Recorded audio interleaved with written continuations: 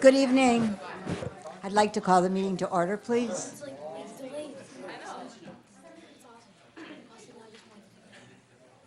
Thank you. Welcome to our wonderful audience tonight. Nothing makes us happier when we see students in our audience. So thank you to students and your parents that brought you tonight and administrators that are here tonight. We've got a house full tonight, and that makes us very happy to know that you're interested in the work of the Curriculum and Instruction Committee. Mary Jo, has the meeting been posted? Yes, it has. Okay, very good. Are there any citizens that wish to address the board? If so, just come forward and give your name and address and your comments. Okay, hearing none. Before we begin the meeting, I would just like to thank Mary Jo for putting together that humongous binder that you all received.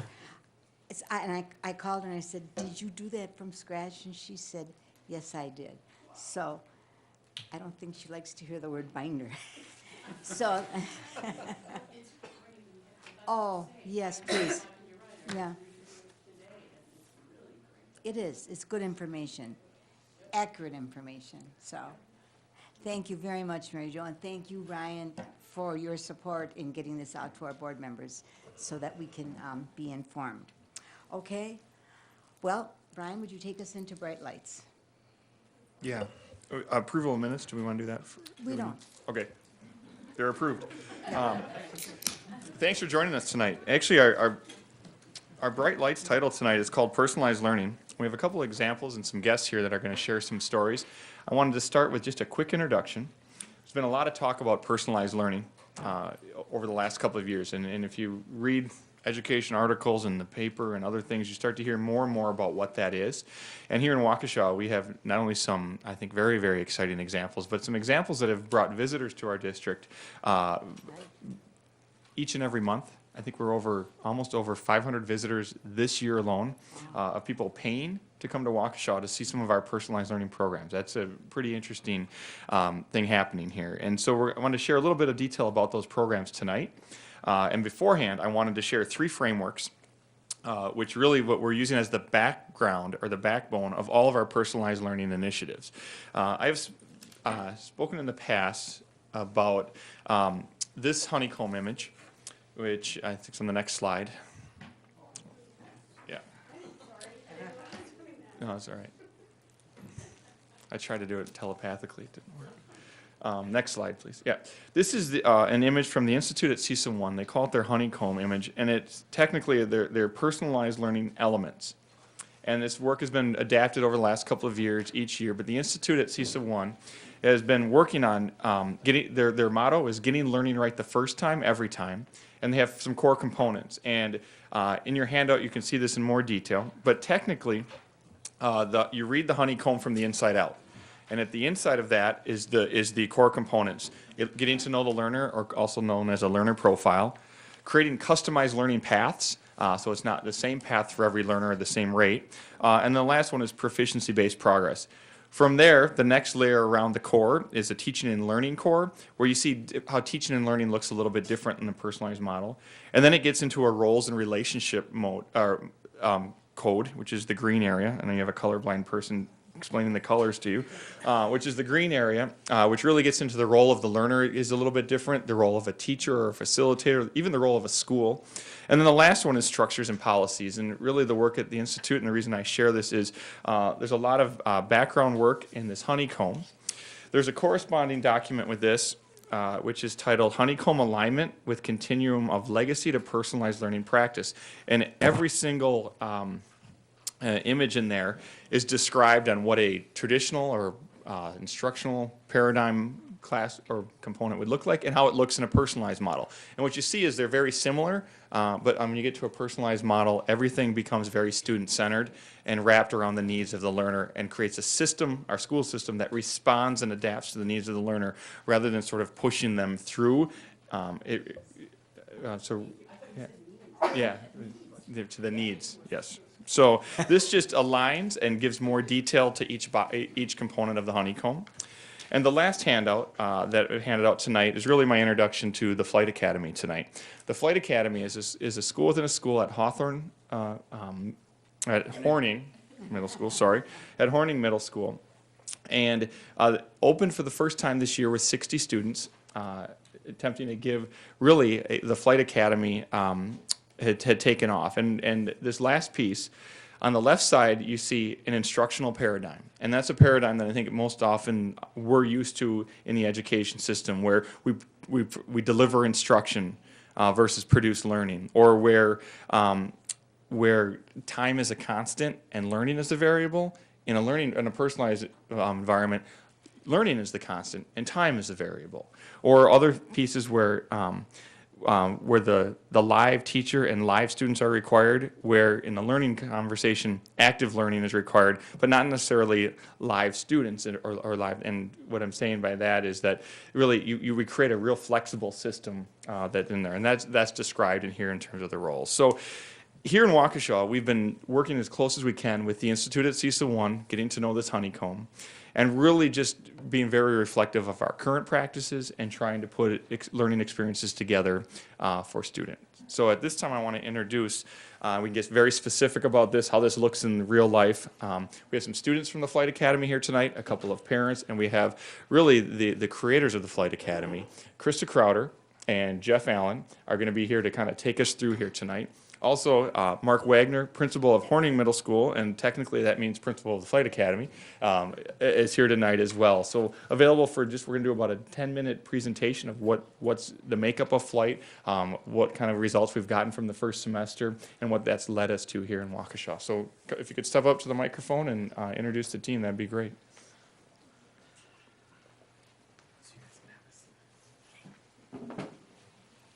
Are the mics turned on?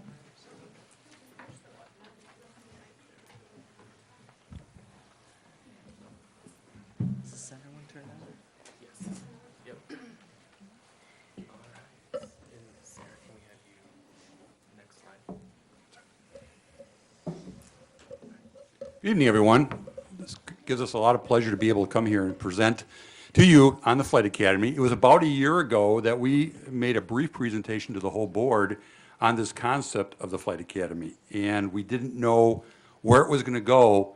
Within 6 months' time, we were able to, or they were able to put it together with a lot of work and open it up this past fall. So this is a pilot, and it's really taken off. So I think that you'll be able to understand that, what has happened in the Flight Academy over these last few months, and really be impressed with that. And I know a few of you, Mr. Baumgart has been involved and has been over by the Flight Academy and has been able to see that in action as well. So I'll introduce the two teachers here. Krista Crowder is here, and Jeffrey Allen, who are two of the facilitating teachers in the Flight Academy. Hi, and thank you for having us. So kind of what we want to share with you a little bit tonight is Chris and I will kind of explain to you a little bit about the three mottos that we hold true into our academy and that kind of drive everything that we do. And then we're going to turn it over to our students who were wonderful enough to be able to join us here tonight and kind of let them explain to you how their experience has changed in our program as compared to more of a legacy model that they've been with since the beginning of their education. So the three main mottos that we have are, what are you going to learn, how are you going to learn it, and how are you going to show it? So we'll kind of just walk through those briefly with you before we turn it over to our students. Okay, so our first one is, what are you going to learn? And that really is at the core of what we do in Flight Academy. So one of the things that Chris and I spent some time developing is our learning management system, which you see in front of you right there, which has the standards loaded into it that the district uses, and it tells the students where their progress is within the core content areas. So those pie charts automatically update as they move through the curriculum, and really gives them an insight and a more in-depth look at what it is exactly that they're learning, what it is that they need to go back and maybe refocus on, and what it is that they might be doing next. Our next motto is, how are you going to learn it? Our students have lots of different methods that they use to learn and progress through the curriculum. You can see here by our graphic that these are just some of the different tools that they're using on their iPads. We also do seminars, which are face-to-face teaching with all of our students in the different curriculum areas, so that they're not just working on their iPads all the time, but they are interacting with us too in seminars every day. But they have different things that they're using for math and different things that they can choose to use for reading and for writing. And they do a lot of group activities and projects together around certain themes in science and social studies. And then we also love taking our students out into the community and on certain field trips to see what it's like in actual workplaces or in different things that they're learning about, out in the community. Our last one is how will you show it? And this is one of those things that we're really developing with our students, and we continue to develop because this is a very new concept to them. The idea of us asking them to show us how they know that they've mastered the material that we're asking them to learn. And one of the ways that we've done that, Chris and I have been working on portfolio, digital portfolio work for about the past 2.5 years. We started small scale with a grade level when we were teaching in 7th grade. We expanded it to the building level, and then it has since become the district kind of template and model that we use when we talk about digital portfolios. So in this, students are responsible for uploading artifacts that shows that they've met the different curricular requirements of the subjects that we're learning, as well as they track and keep record of their MAP scores, extracurricular activities, all those sorts of things that they're involved in, not just what they're doing in school, but what makes them a well-rounded individual.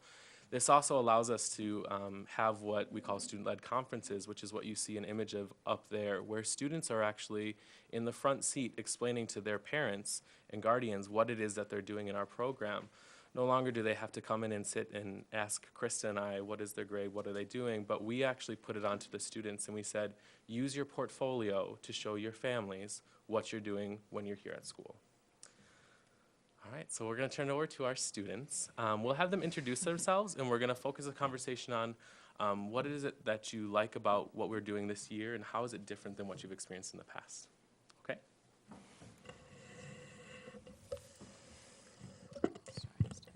Something that I like about this year is the fact that we get to work very independent, and they treat us like young adults. Name? Oh, Soraya Reynolds. Okay, I'm Emily Barrett, and one thing I like about Flight Academy is I get to choose what I learn, or not what I learn, but I get to choose how I learn it, and that's really a good thing for me. Emily, tell them some of the things you're doing, like with writing and... I'm currently in the process of writing a screenplay, actually, and that's not something that a lot of 7th graders get to do. She's meeting some of her social studies targets by writing a screenplay about things happening in East Asia, because writing is a love of hers. And so she's teaming up with another boy who also loves doing graphic and technology movie things, and she's writing the screenplay and he's helping film it to help meet some of their social studies standards. So it's kind of a neat thing she's working on. Manny? Hello, I'm Emanuel Lopez, and the cool thing I like about the Flight Academy is that, well, kind of what Emily said, I like to work at my own pace, and that helps me keep up with my own work and stay on task and on my topic I've been working on. Hello, I'm John Chapman, and I like the fact that we get to go to different seminars every day, and we can learn a lot easier that way, while learning more things, because we get to do it all at once, and we get the teacher's instruction on it. Do any of you want to talk a little bit about how your experience this year has been different than what you've had in the past? I'll go. Flight Academy this year has been a pretty big transition, but Mr. Allen and Ms. Cotter made it pretty easy for us to adapt to. But in the traditional classroom, we were pretty crowded and cramped, and we were forced to sit in the same desks every day. And it's very different in flight, because now we can move around more, and we have more choice with our space and how we use it.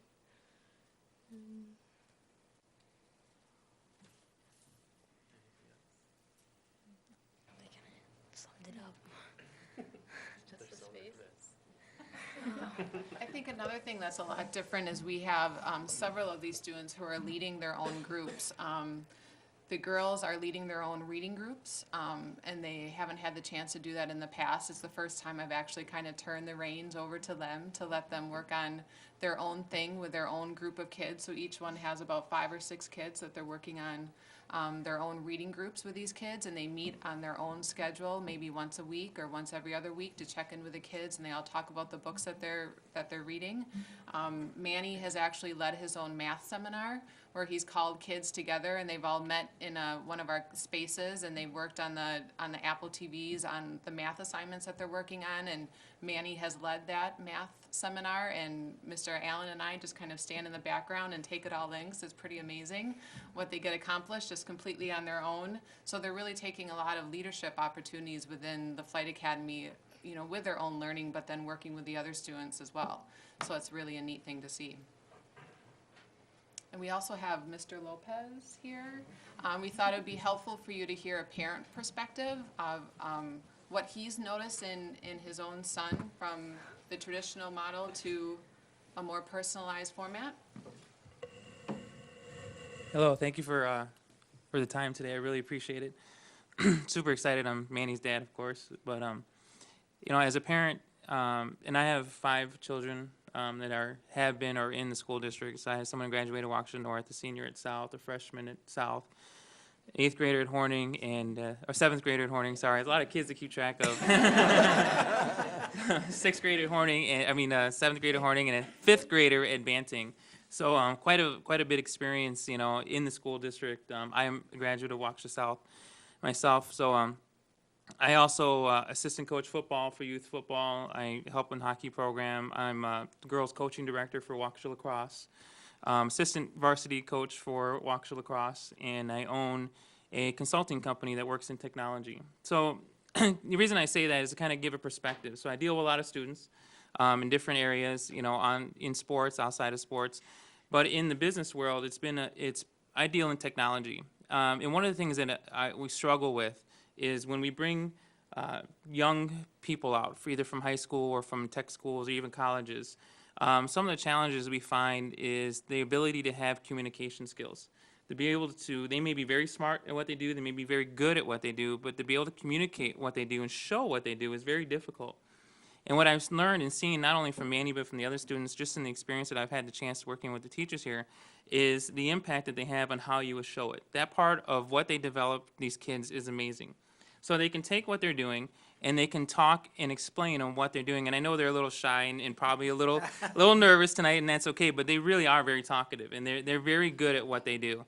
And their ability to be able to take what they do and explain it and take the leadership skills they are when they even in something so small as it may be doing a math leading or a reading group, it really develops these skills, these leadership skills, these communication skills, these organizational skills that will carry on not only into high school, but obviously college and beyond.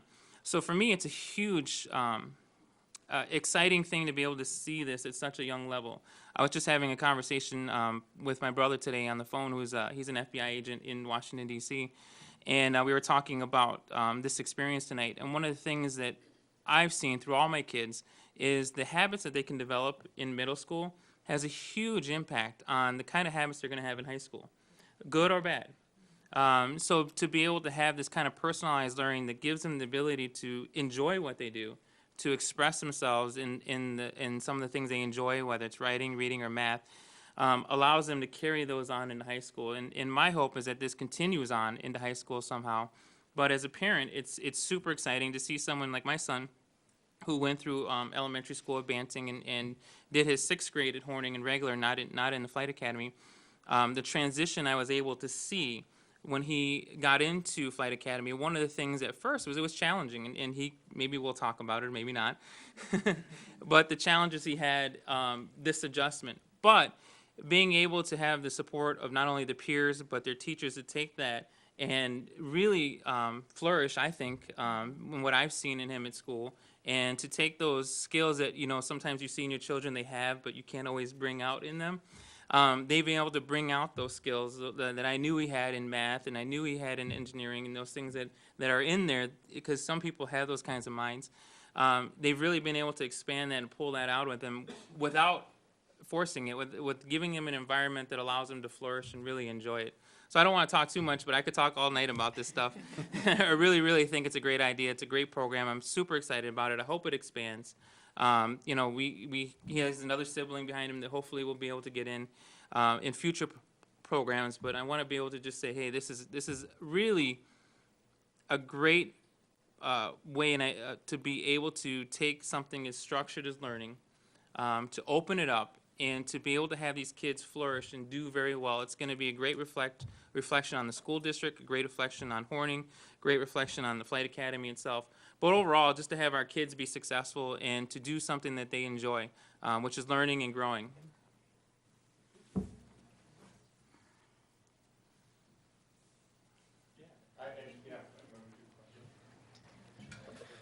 Dr. Lange.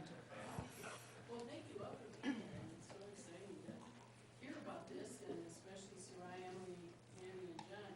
First question I want to ask is actually from a comment you made, John, when you talked about the seminars, which are really direct relationships, I understand, between you, the students, and the teachers, as opposed to you working on your iPad individually. You mentioned that you really enjoy those. Can you tell me a little bit more why? I enjoy it more because in a regular classroom, like last year in 5th grade, he was talking to the whole class, but with seminar, the teachers can really individualize and get down to like our own things, not what the whole class is doing, but our own individual things, not what the whole classroom is doing, so. Okay, thank you. I was struck by that. Second question, and I just, any of you could speak to it, or we could keep this quick, but you mentioned, or your teachers mentioned field trips. Can you, a couple of you just tell me a field trip that you really liked or you got a lot out of in the community? I really liked when we went to the art museum and we learned about biomimicry building and how, well, the art museum has a big backstory to how it was built by Calatrava. I don't remember his full name, and how it was constructed and the whole plan and the idea of it before it was even made, and now how it's such a big monument in Milwaukee. As a parent, and hopefully they would talk about maybe their Weldall experience. As a business owner, they had an experience at Weldall that I thought was really cool for someone who owns a business. But if anybody wants to talk about that. Okay. Well, Weldall was a interesting experience because I liked how we got to learn about what they did on a normal daily basis and how they sort of asked us how we could incorporate iPads into their way of working. So I thought that was very interesting how they sort of asked us questions and they cared about what we thought about. So I was very happy about that. And just one quick third, and again, maybe, I don't know if Krista or Jeff want to answer this, but I was struck with this, not just what are you learning, how are you learning it, but how are you going to show it? And so as we had, it's up here. I saw the map score. Now, is that something that the students decided they should use to show how they're learning, or where did that come from? Sure. One of the conversations that we had is students having an awareness of where they are when they're in school. What is their actual level at, and how can that help drive them to set realistic goals for what they want to achieve? So one of the ways that we do that is that we actually decided to put the tracking of the map data in over the course of the 3 years. So they actually track it over all 3 years, and when you look at that chart up there, the blue bars actually represent where that particular student is, and the red line are kind of the district benchmarks for the grade levels. So they can kind of keep a track of that as far as where are they compared to where the district would like them to be by the benchmarks that they've set. Okay, great. So really what you're saying is that the students come up with a creative variety of ways to show what they've learned, and one of those really is the traditional. Right. It's hard for them. So it's hard for them to keep a pulse on what they should be working on if they don't understand where they are as a student. So being able to have those conversations of this is what you've actually achieved, this is the level that you're at, and involving them in that conversation and letting them be a part of that process has really kind of changed the way that we've done things than in the past. Mr. Como? Thank you, Mrs. Brezink. First of all, I'd like to let the students know that you're very relaxed and very mature for your age. And I'm so thankful that you're sharing your experiences with us tonight. You're doing a great job. I just have a couple of questions for you. Those of you who have been group leaders, what are some of the things that you've taken away and how have you grown by being a group leader? Oh, well, I like to talk in big crowds. And I couldn't tell. and Sorry. and the way that I can lead seminars, because my friend, he likes to lead seminars too, but he's not really much of a talker. So he would tell me like how I should lead it because I'm not good at planning stuff out like that. But he is, so we kind of work together on the seminars, so it's not just me alone. I'm just the talker. Well, that goes to show that we all have different talents and skills, and maybe you can learn a little bit about planning from him, and maybe you can teach him a little bit about it's not so bad to have to talk in front of a group of people. Yeah. So there's some learning that can go on back and forth, so that's good. Any other group leaders that, or anyone else who led a group that wants to share how they've grown? And what? Okay. Well, I would say I've grown a lot from a group leader because I don't really like leading things because I feel like, oh, this is not going to make sense to them, so I might as well not do it. But, you know, I've noticed that I have to take more part of my work and have it more set in stone, and then I can have a decent way of explaining it to them. And I've grown much with that, and talking in front of people or talking with a single person, I've definitely grown in that, I would say. Well, you're doing a great job tonight. Thank you. And this is a leadership role, right? You're representing the academy. Yeah, thank you. Anybody else? I'll say something. I like to help people a lot, and as a leader, I kind of do that too much sometimes. But like in flight, we partnered, like we're grouped up with people who have all sorts of learning styles and different needs that need to be filled. And so that kind of just helped me learn that like not everyone's the same in that, and so it's really cool to see that. Yeah. Thank you. I just have one other question. You've been doing this a little bit more than a semester. What recommendations would you like to make to your teachers and principal? Any ideas? Any thoughts?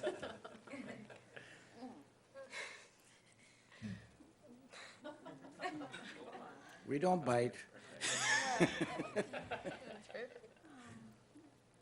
And that's okay. I mean, if you want to share, that's fine, but that's a tough question. That's a tough question. Might take some time to reflect on that. Go ahead, yes. Well, I did have a recommendation in the beginning of the year, but it's not really, I guess, helpful in a way. But it was to get a kitchen, you know. So, I have this vision, and I feel like the Flight Academy sort of beats up to it because it's like all high-techy, and in like the movies, I feel like they always have like a kitchen and the high-techy kind of things. And so I was like, well, a kitchen seems like cool because we could be like, oh yes, we learn how to cook, and it could just help us with our future in a way. And it takes a lot of energy to learn, right? So maybe you Yes. can influence those teachers that you And can. math. It has math too, so it can There incorporate you go. it. So Well, I would suggest that as you have ideas and as you reflect upon this academy, you're very articulate young men and women, to share those ideas with your teachers and your principal. And can I say something? Yes. It's interesting that you bring that up because one of the things that Chris and I really value is our students' input on everything that we do in the academy. Every decision that we make, every new thing that we're willing to try or adventure that we want to partake in, we've always included them. Community Circle is a really important part of our program, and it happens both in the morning and in the afternoon. And our students are just as much a part of the decision process as Chris and I are. So thank you for touching on that. Mr. Baumgarten? Yes, I've had the opportunity to spend several different events with the Flight Academy, and some of the work they've done it is amazing. And I've observed, and I know that it takes an exceptionally kind of teacher to do this, and to Jeff and Chris's applaud you for what you've done and brought to us. And I don't think just anybody could do this. And I think the same is true for the students as well. I mean, not every student would succeed in that environment.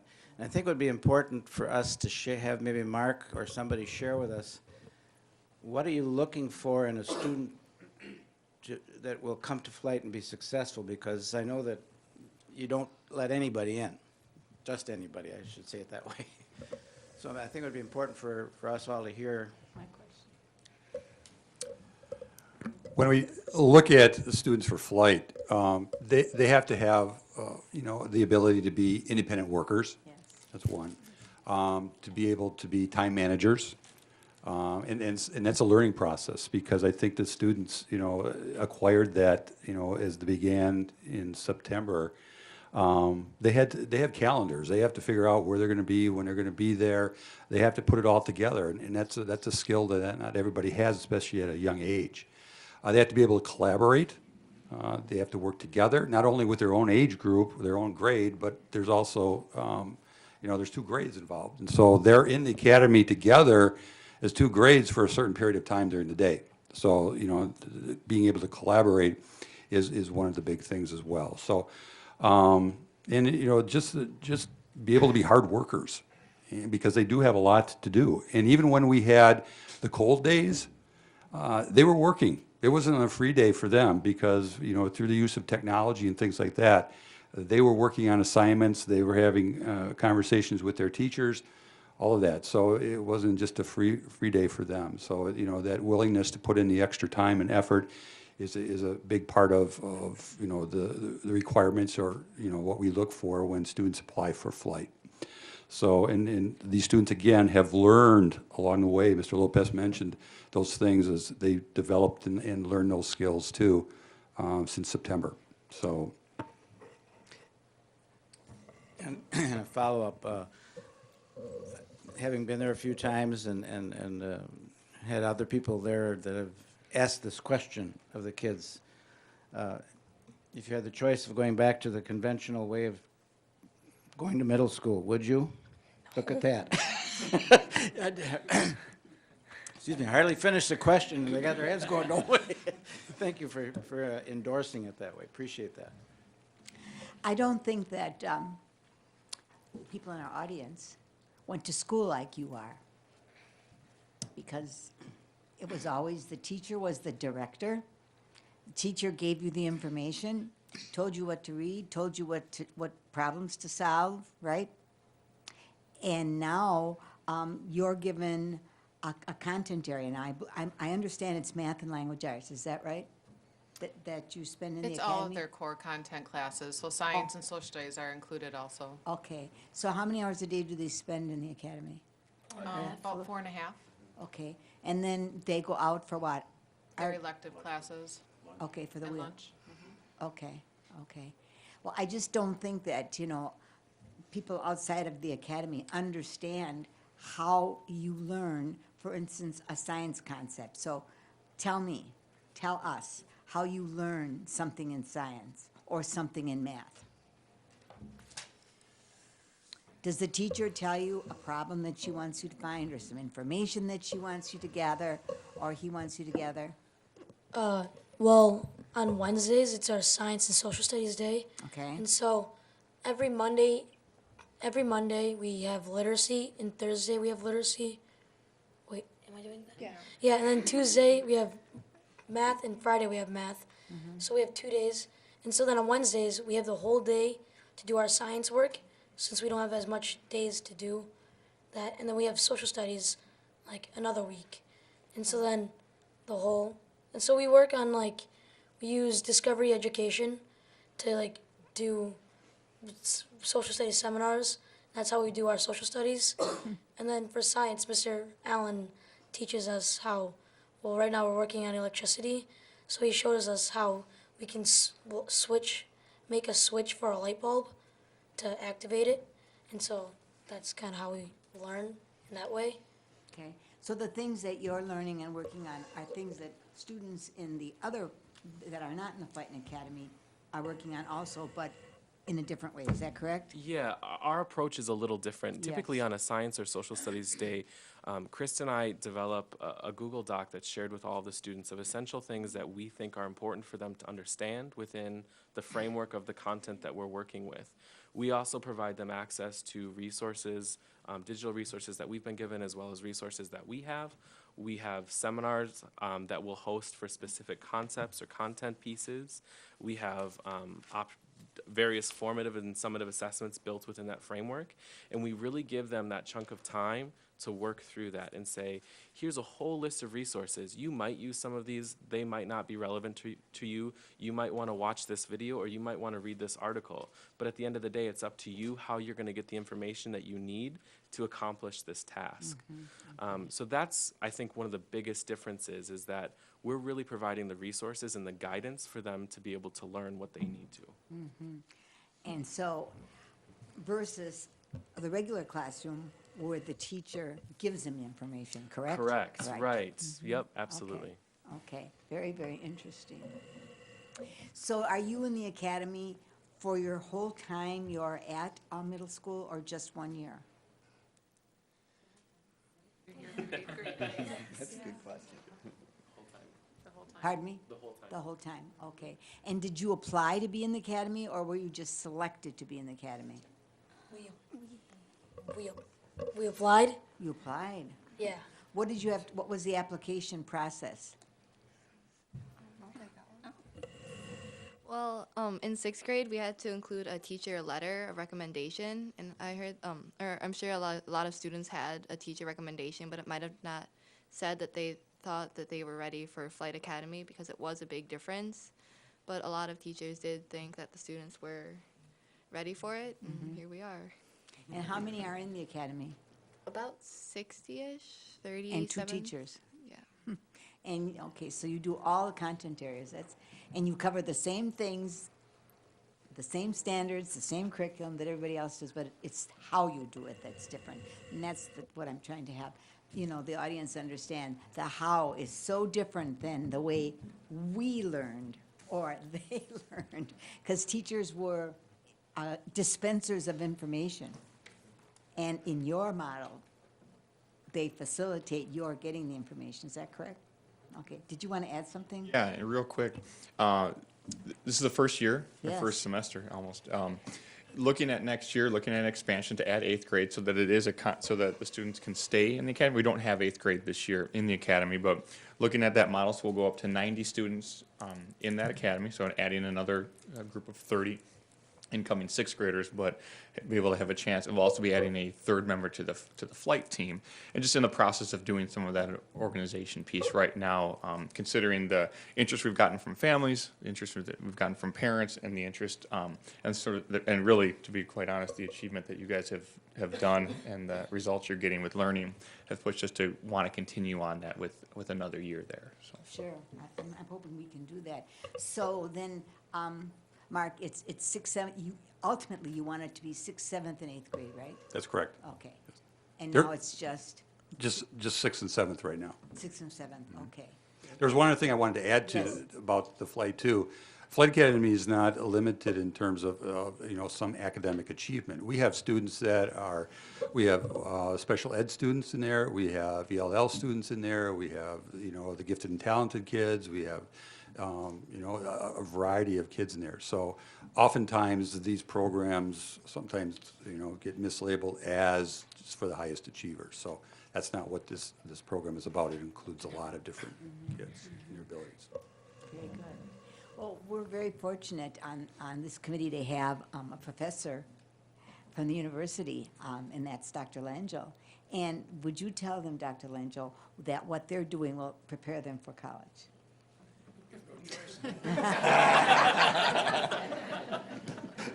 She's such a box of wisdom. Well, I don't know. I think that it'll prepare you, and I think as Jeffrey said, and actually as Mr. Lopez said, to be independent learners. And, you know, in college, obviously, a professor's talking to you, but an awful lot of what happens is what you bring to it. And I think you'll find in high school, you're going to just be so much better at how you learn and bringing information of your own to something to add to it. And that will serve you in good stead no matter what you major in and all the way through college, but also all the way through life. I mean, you're going to be lifelong learners. Right. And that's what counts. So, good job. Thank you, Dr. Langell, for letting me put you on the spot. We have a part 2 to this presentation. Okay. So I don't know if a good time to transition. I do want to remind the students who are good at public speaking that they were not only doing it here live, but you're also live on TV tonight. So you might have, your audience just went up. Very proud of you. Yeah. Each and every Thank you one. very much. The second part of this is because of, I'd like to introduce Jason Sadowski, principal at Butler. And Jason and a team have been studying and taking a look at personalized learning as well. And because of that, under the same paradigm or under the same framework, are looking at a model at Butler. The title of it is not Flight, it is Quest. And I'm going to let Jason kind of introduce the team and share some of the things that have gone into their thinking as we look at moving to creating some more personalized learning Before we opportunities. move on, I just have one question, Ryan. Is this model, this Flight Academy, is this unique to Waukesha, or is it something that school districts across the country are using? Yeah, well, what's the philosophy behind it of personalized learning is what's happening with the Institute at CISA 1 and some other places around the country. This when you come down to it, the team that we just saw and the team that's here, they're trying to redesign the system. The system was designed to provide instruction for 50 minutes, 8 times a day with you. Right. And this team has been redesigning how they're meeting kids and how they're meeting. So there isn't usually an end model, and that's part of the challenge in this is trying to find a creative place that fits your culture, climate, your school district, your age level of students in your team. So what you would see at Flight Academy at Horning isn't what you're going to probably see fit at another district or here, but conceptually the background is the goal is the same. All right. Engage students and reach them at a high level. So here to introduce, I'm going to let Jason Sadowski take it away, and thanks for Team Quest for coming in. Good evening. A little over a year ago, I started a venture of the personalized learning, and I invited, sent an email out to my entire staff, inviting anyone else that wanted to go on a quest for personalized learning in the future. At that time, I got 19 people that were interested in just seeing what this was about, seeing what the next step of educating students would be. Through that time of doing more investigation, some PD with that group, kind of narrowed down because some people were not ready to jump on board. But now it kind of came down to about 2 months ago, the team that you see in front of you have gone through that venture and has decided that this is right for me. I want to be part of this group. So they have really been the heart and soul behind what you're going to see right now. This whole process has been them. So they have a lot of pride and passion in this, and it's really moving to me to have a group like this that have basically taken this from the ground zero to where our plan is to be coming soon. So with this, I'm going to turn it over to our Quest team. Robbie LaRue, Connie Morose, Katie Bong, Kim Kubatsky, Matt DeMarais, and Christina Brusa. Thank you for allowing us to be here tonight. We're very passionate about what we're doing right now. And we think personalized learning is the right approach to education. And I think as you hear tonight, it's something that we're very, very excited about. So thank you. And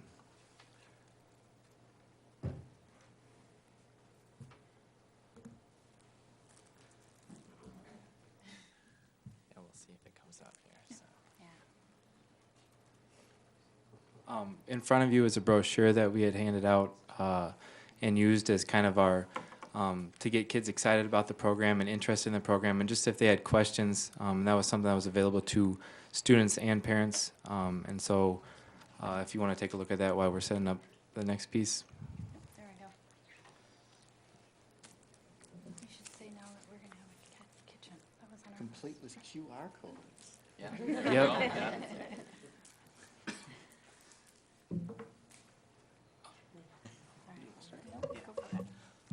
So basically, with Quest, when we got together, we started talking. You know, what do we want personalized learning to be at Butler? How can we reach our students, our population, and make it work with our student body? And really, we came down with it's about taking away the roadblocks for the students and coming up with an environment. That was the key that we all talked about. Was what environment can we create where learning can go to endless possibilities for all of our students, and not wanting to, you know, hinder them and say you have to learn this at this time or you have to learn it this way. Kind of like a little bit what they talked about with Flight is giving them options and giving them opportunities and meeting their needs, not having them come meet our needs as teachers, but us coming up with an environment where we can all learn and all work together. And I think that's what we were most excited about coming into this is how can we create this atmosphere that fosters learning, that really creates a great environment here.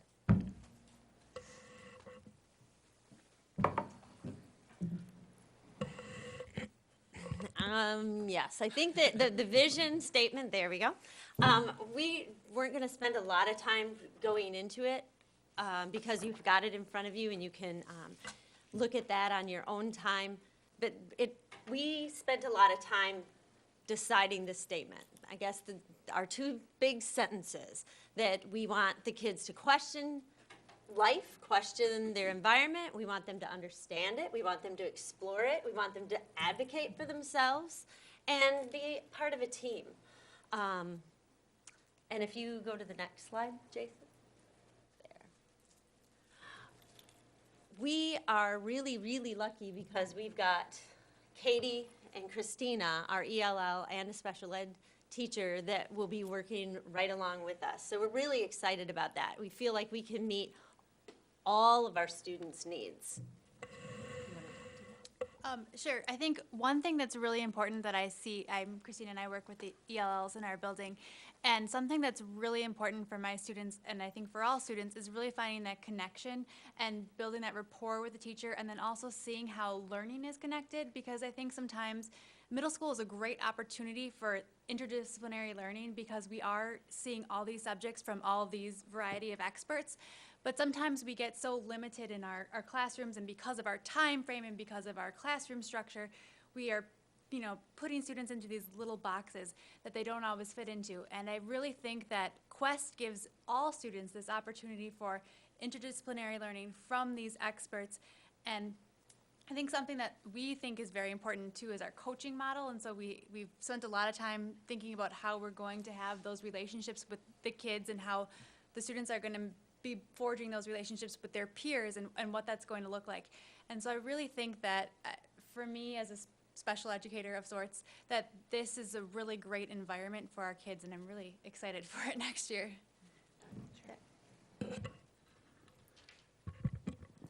I'm Katie, and I work with our special ed population at Butler. And the Quest model got me really excited. And to be honest, at first I was really nervous of how this was going to work with students that sometimes take longer, or they get lost in the shuffle, or in big 100 kids, where are they going to feel overwhelmed? The more I learned about Quest and the more that I saw the possibilities, I went, yes, this is exactly what they need. Students that learn at different paces, this is perfect for them. They can take that extra half hour of math that they may not get because the clock says you gotta go, and they can sit with Mrs. Morose, or they can sit with myself and say, okay, I still need to work on this concept. Before I go home, I want to make sure I understand it. Quest gives them that opportunity, and they don't always get that in the classroom. So really, the more we dove into it, so excited for this opportunity for students, like Christina said, for all students, but it really allows them to get what they need at their pace.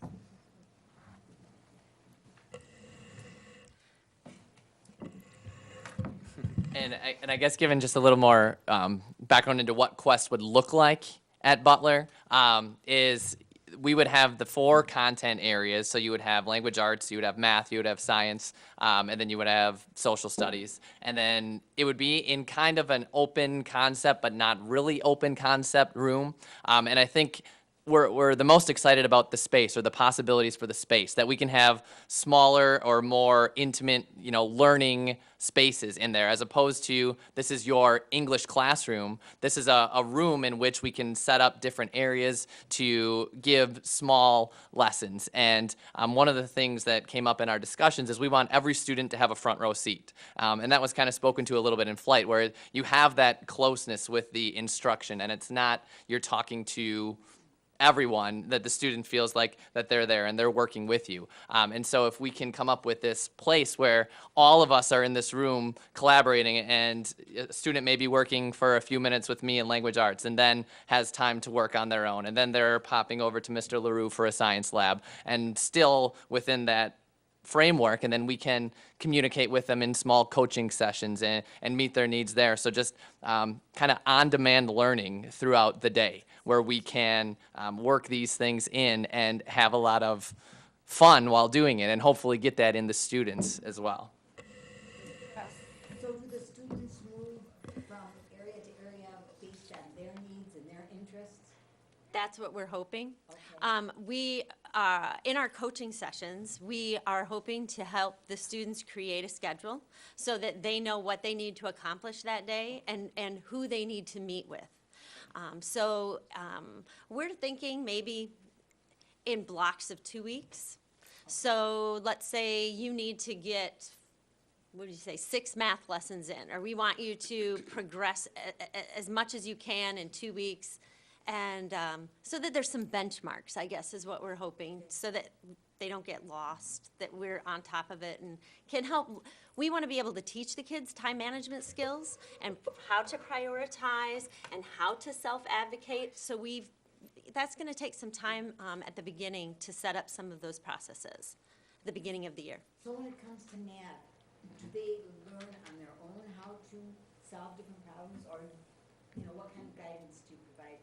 I'm picturing this similar to flight to seminars. So I've been saying for years during parent-teacher conferences, parents come to me, can you put my son or daughter in the first row? And so I've really been saying for years, I wish every single person could have a front row. And so the first slide, taking roadblocks away from the kids, I feel like this is taking roadblocks away from me just as much as the kids, because I can give everybody a front row seat. So right now I am spending a lot of time setting up my Blackboard site, my BB9 site for my students as it is. So the on-demand learning, like we talked a lot about that. So right now, even without this setting, I'm trying to have some students that really need that one-on-one can have the instruction from me. Some students that do better being able to pause the presentation, so I put presentations on. So there'll be a coupling. It'll be a blended, but that on-demand learning, right now, the only way I can do it is through email. If they're working on an assignment and they're not in my class, if they're at home, they take a picture of it, send it to me, I can give them immediate feedback. But during this, in this setting, I'm with them so much more. I can do that immediate on-demand learning right away. So it will be some, to answer your question, it'll be some face-to-face for those kids that need it. It may be all face-to-face for those kids that don't. So it'll be a coupling of the two. And as was discussed earlier tonight, they'll be learning all the same things, the same content as the other classmates in the regular school setting. It would just be a different approach to learning. So a different, when they want to learn it, how they want to learn it, and those things. So. Let me ask you this: in your college preparation to become a teacher, did anyone teach you how to do this, or is this just something that's evolved in your teaching? Just through readings and being through different experiences and observing different things is something that I've, over the past couple of years has kind of taken light as the personalized learning approach, and that's something that I feel very passionate about. And so this was not something that I graduated 7 years ago from college. This is not something that they taught me 7 years ago.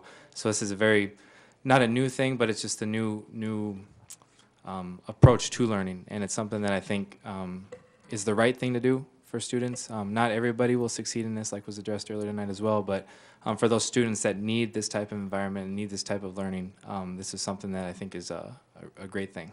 And you will help and teach each other how to, because you want to, work in this environment. Yep, absolutely. I mean, it's amazing. I feel like we've been working together for a really long time, but it hasn't been that long since we've actually, the meetings that we've had have been so productive, and the way we're able to bounce ideas off of each other has just been outstanding. So. When I came to the district, the school that I was at was an open classroom school. It was Bethesda.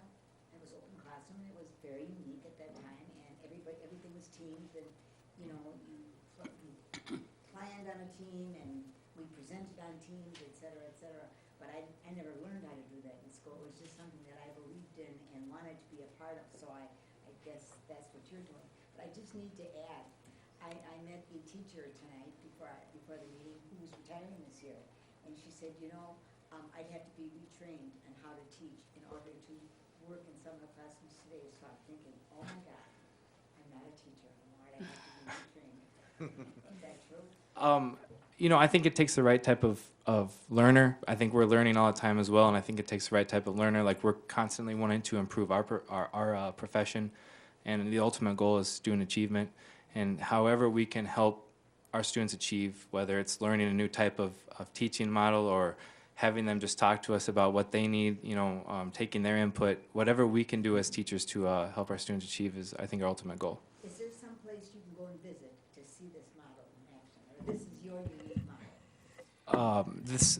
The model, it's not unique to us. It's unique to us in that we've all put our ideas into it, and so it will be unique to Butler. But Flight has been an awesome kind of guide resource for us, and then a few other places surrounding us. I know STEM also was a great resource for us, as we've been able to observe and talk with our teachers there as well.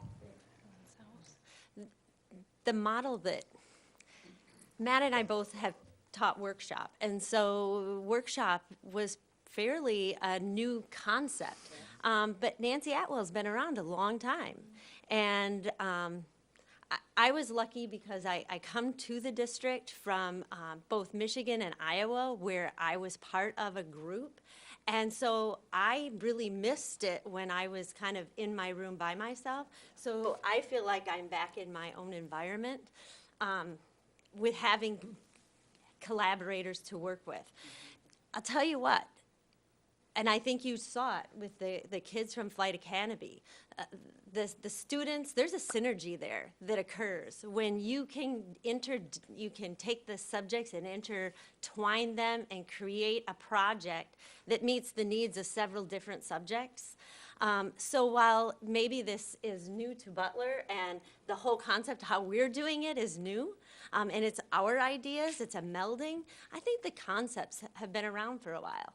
And I think that they are the time-tested, true models that make a difference in kids' lives. And I'm really excited that we're able to bring that to Waukesha. It's great, and I'm excited, equally excited for you.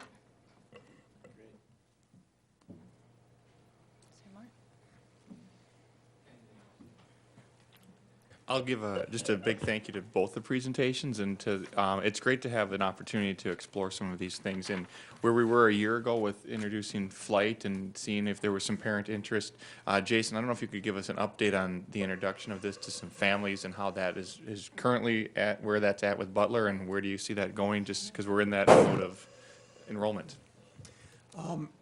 Our goal was, ideally, was to get 105 to 120 students in this program. Currently, we're just over 100 students that have applied to this as an application process. We aren't looking for a particular type of learner, like they kind of described.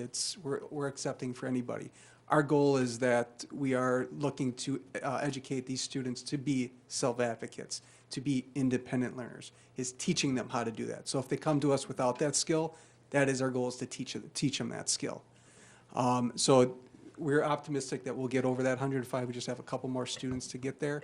But that ultimately is our goal, like I said, between 105 and 120 students. Families have come in to get personal conversations with, actually, this whole team. A couple parents did. We had parent information nights where we had a swarm of parents that have come to gather the information, which has, shortly after that, several applications would come in. But we'll continue that. Our plan is to continue this, disseminating out this information to families. And then our goal is to continuously grow this program year after year. So is it your ultimate goal that the entire school will operate under this? Right now, we are looking at continuing it as a choice. Okay. Right now, the 2 to 3 year goal is to continue as a choice.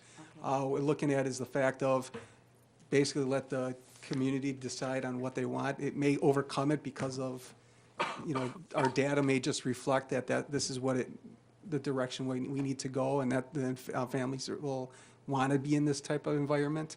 But right now, our plan is to continue as a choice, and just to kind of push and advocate for it and make adjustments as needed. So you will continue with some self-contained classrooms, or there just will be self-contained classrooms in every content area like We'll continue with a legacy model. Okay. And then on the flip side is this personalized learning component. How exciting, how exciting.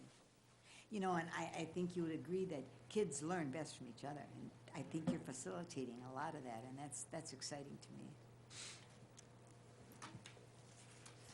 Well, thank you very much for leading us in this new direction. I'm not so sure that we'll see that a lot around different school districts, but thank you for making it happen in our school district. Thank you. For our kids.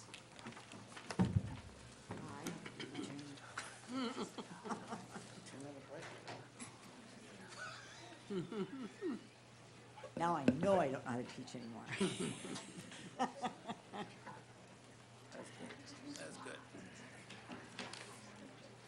Ryan, thank you so much for that. That was a great presentation, and it gives, it gives me an idea, a better idea, clearer idea of what this, we've been talking about personalized learning, but, to actually have an example in front of us and have so many people involved, et cetera, it really makes it much more clear as to the benefits to students and what's going on. So I'm excited.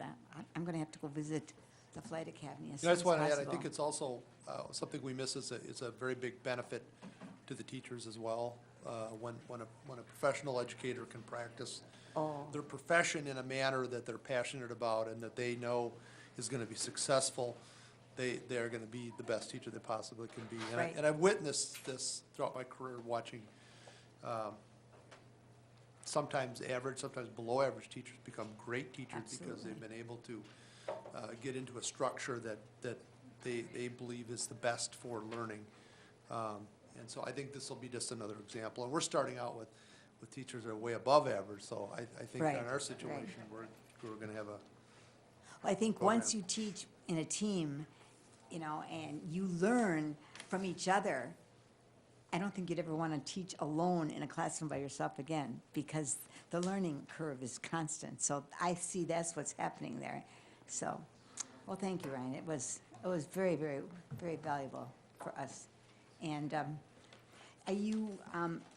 these schools, going into the community and explaining what they're doing so that, parents understand? They are as much as we can. That's one of the Okay. hard parts. Flight Yes. Academy last year didn't exist, so parents were Yes. trying to, now it exists. Butler's in that same spot. They have Mm-hmm. people that are interested, but it helps as we see more examples. I know Jim Murray's in the audience with STEM too, and they do a number of, and Chris Cluck, they do a number of events called See It Live events, where parents come in and see it live, and hopefully that's a part of the selection process. And choice has been a big piece into this too, and I think we want these models to come forward so families can make an educated choice. What are they interested in? And usually that sets us off on the right path when families are choosing to be a part of something and pretty connected to something. So Well, and it's amazing that these kids are covering the same material that the other kids in the self-contained classrooms are covering, but only in a different way and in their own way, and that's the wonderful part. That's where the real learning takes place. So, well, thank you very, very much. It was a great presentation.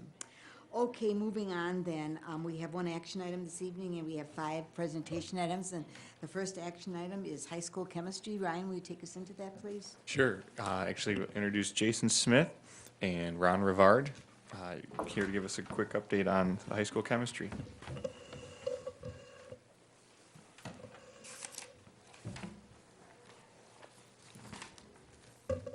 Good evening, everyone. Thanks for taking the time to hear and hopefully take action on a recommendation tonight. As you know, 2 years ago, we came forward with a line by design model in science, and we requested some different level courses and built that model for the last 2 years. And when we implemented the model, we wound up implementing 3 levels of biology and only 2 of chemistry. And after a year and a half now of the programming, we realized there's a need to add a 3rd level, which will essentially be the AP prep level of chemistry. And because of the observations we've made and the data we have after a year and a half, we very much find a need to have that 3rd level added to the chemistry sequence. So we're asking for that and recommending that additional level for next year and the years moving forward. The AP chemistry level. The pre-AP chemistry Yeah, level, the pre. correct. And when would the kids take that, in their sophomore year? Sophomore year, correct. Okay. Would they take that in place of something or in addition to? Students take chemistry as a sophomore. Okay. And depending on their explore data or plan data, then they would be placed into the level of chemistry based on that skill need. Okay. And right now we have 2 levels, and we would like for that 3rd level to be available for them to try to meet their skill needs a little bit more accurately. So then as a freshman, they would be taking biology Correct. and this pre Correct. course? Okay, okay. Do they, would they have room in their whole schedule, whole day, and then still meet graduation requirements? by Correct. Taking that, correct? Yes. Okay. And that would, those, that AP prep class, is that, the credits go towards graduation? Correct. Okay. Yep. It doesn't take the place of anything? Doesn't take the place of it. It's just having one additional level, focused skill level of the okay. current chemistry sequence. Okay, Right. gotcha, okay. Dr. Langill? Thank you very much, and I read through this, and then Mary Jo sent us some additional. But I have to say, I'm trying to get my mind around this, and I noticed in the write-up it says that this is to get it aligned kind of the way social studies and English are. So I'm not quite sure what you mean by that, but we'll skip that. Okay. Excuse me. If I saw this as part of a whole picture, I want to see a student, and I don't know that you're talking about average students here. It seems to me you're talking about people who might go into science, because you're talking about them taking essentially 3 years of chemistry? No. The high school science sequence is biology for freshmen, Right. chemistry for sophomores, physics for juniors, and they're going to take those sequence regardless. This is just trying to meet their skill need with the right and appropriate leveled course for each of those 3 levels. So right now it's a 3-year science sequence, but just trying to find the appropriate level for the students for each year of that sequence. Sorry. But we also had a substitute for physics, remember? Mm-hmm. So I guess what I'm saying is I can't see the whole picture here. Oh, okay. You're saying that if I'm a 10th grader, I can take basic chemistry or I can take pre-AP. Is that correct? Correct. Then I would take AP chemistry subsequent to that if that's what I chose. I could choose that either in my junior or my senior year as a science elective. So the biochemistry and physics fall into that 3-year sequence, and then the APs serve as elective options for juniors or seniors after. Yep. Thank you. I should talk. Go ahead. Mr. Baumgart? Maybe this will help, Ellen, maybe not. Basically, what we did previously with physics, biology, physics, and actually with chemistry. We just said everybody has to take a course, the course in chemistry, but everybody cannot take it at the same level. Basically, it's another way of personalizing stuff. We've got kids that. Oh, no, I understand that. Oh, did you? I'm talking about what we did with the substitute for physics That's a thing little and bit. all of that. That's kind of a different genre. Right, there, but yeah. it's kind of hard to put all the pieces in the Oh, I puzzle. see what you're concerned with. No, that's. Okay. What is it, remind me what the substitute for physics is? Let's see. That was an engineering That was course. engineering It was an course. equivalency, a DPI equivalency with an engineering course for the engineering academy students. Okay. What do we do for kids that struggle with science? What course do they take? So we might infer that their test scores would place them in the core or the lower levels. But again, that model is designed to try to meet their skills there so we can move them up into the sequence. So from that lower to a higher level, hopefully each subsequent year Okay. throughout their sequence. Well, the miracles that you are performing is just unbelievable, unbelievable. Wow. Any questions, further questions? Well, I don't really have a question. I think this makes a lot of sense. It fits well with our other science courses in our attempt to be able to deliver science at a level appropriate to each kid. That I like. And, you know, there are those kids in chemistry that maybe we're shooting real fast through chemistry, and now we're really putting something out there that might challenge them a little bit, which is really what we're all trying to do. And we've already done it with biology and physics, so it makes perfect sense to me to go ahead with this. So, just based on what Mr. Baumgart said, you wouldn't have, or would you have, 2 or 3 levels of chemistry classes? I mean, if everybody in their sophomore year is taking chemistry, would you have, you know, different levels? Correct. Correct. Good. That's good. That's good. And then you move according to whatever is best to help students master Correct. the learning. Yes. Great. So essentially, we're paralleling what we've Yeah. done in biology. Absolutely. Just doing it in chemistry. Exactly. It's, I get it. obviously, the content is different, but, you know, we have the same, you know, options essentially available to the students. Exactly. Okay. And then that will be talked about also with counselors and choosing the appropriate levels. Correct. Okay. Is the content different, or is it the manner in which the content is presented? Yeah, I think Mr. Como meant that the content different, meaning biology and physics versus chemistry. Yeah. Within chemistry, the targets are the same. It's just the way that it's delivered Yes, is yes. in a manner more Yes. appropriate to the developmental needs of the kid. Great.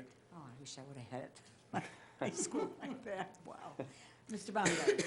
I'm going to make a motion to add a 3rd level of, or high band of pre-AP chemistry to align with the current chemistry programming as well as social studies and English. Okay, is there a second to the motion? I'll second by that. Mr. Comas, okay. So moved and seconded to add a 3rd level of pre-AP chemistry to align with current chemistry program as well as social studies and English. Any further discussion, questions, comments? Okay. Sounds good. All those in favor, respond by saying aye. Aye. Aye. Opposed? Okay. No joke? 4-0. I failed to mention earlier this evening that Mr. McCaffrey is excused tonight. He did contact me. Anyway, I forgot to say that. Okay. Okay, thank you. Thank you. Thank you for making that so much more relevant for our students. It's Thank you. phenomenal. That's right.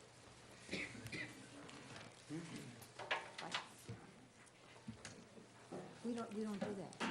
We don't approve minutes, do we? Yeah, we always do. Okay, I move we approve the minutes. Second. okay, all those in favor? Aye. Aye, opposed? Okay, thank you. You know, some committees do and some committees don't. Well, sometimes you can say the minutes will stand without objection if there's no. Actually, you But can. we usually do approve them, Okay, yeah. So, whatever. whatever, Whatever. no big deal. Okay, next item is, an exciting item, elementary band and orchestra. Oh, aren't we excited about that? Mr. Ajak, tell us the good news. I think we know, but I'll go on the microphone. Bob Antheline, Director of yes, Elementary, we and know Tom Bob Ajak, Antheline. or Ajak. I've heard it slaughtered so many times. Good evening. When I was here a couple of months ago, it was brought up that I was exploring ways to get the elementary band and orchestra program back into our schools. And for the last year or so, or a little bit longer, I've been playing with different scenarios of how to get that done. And it was suggested to me that I meet with one of my bosses here in a way to start working through this problem, or I shouldn't say problem, this opportunity. It's not, okay. And the program is actually in operation at Summit View this year. And I asked the principal how it's been going, and he says it's been very successful, and both the staff and the students have embraced it. So following that, what I did was with Bob's suggestion, was to poll the principals if they felt how they felt about reinstating fifth grade band and orchestra in their schools, and if their staff would support it. Oh. And after that, I received quite a few positive responses.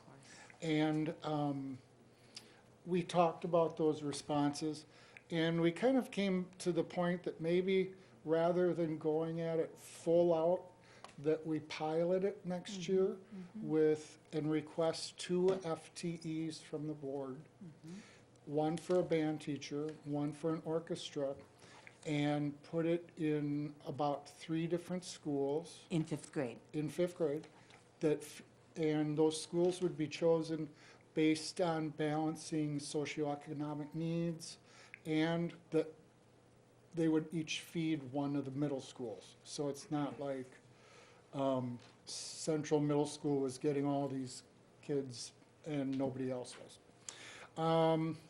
Implications I put down there on your sheet. The Monday night band and orchestra program, when there's only 3 pilot schools involved, would not be very expensive to staff. Pending enrollment, we could even add more schools because we don't know how this is going to shake out, but I expect it to be popular. Plan to expand the program. I pointed out that following a survey of principals, there were more than enough schools interested, and I had an open-ended comment section, and they were like, yes, bring this back, bring this back. The class beginning instruments would most likely need to be put back on the books for 6th grade. It was taken out when 6th grade was the level that band instruction began in. And Can I ask about that? Yeah. yeah, I have a question for the. Oh, you too? Yeah. Do you want to go first? No, you go ahead. Okay. That's the name of a class. yes. You're saying we would reintroduce it at the 6th grade. But I get, that confused me. Why wouldn't that be part of 5th grade? 5th grade. If a student doesn't choose to start band in 5th grade, Then they can start it in 6th Okay, grade. so this is really for that kid. Yeah, Thank you, Tom. you're welcome. This provides personalization at the elementary level. And we would also, I don't know if you realize this, but there's a 6th grade middle level summer school band camp. Yes. And if we introduced a 5th grade one, we would generate revenue for our district. Great. And finally, I think bringing this back, a popular program in our community, becoming more and more known for its musical heritage, would be great. I don't want to use the word publicity, what I want to use. It would just be a great. It'd be great. It'd be great. Great community relations. And so we're here tonight to welcome your input and questions to focus our thinking about this to hopefully make it a reality.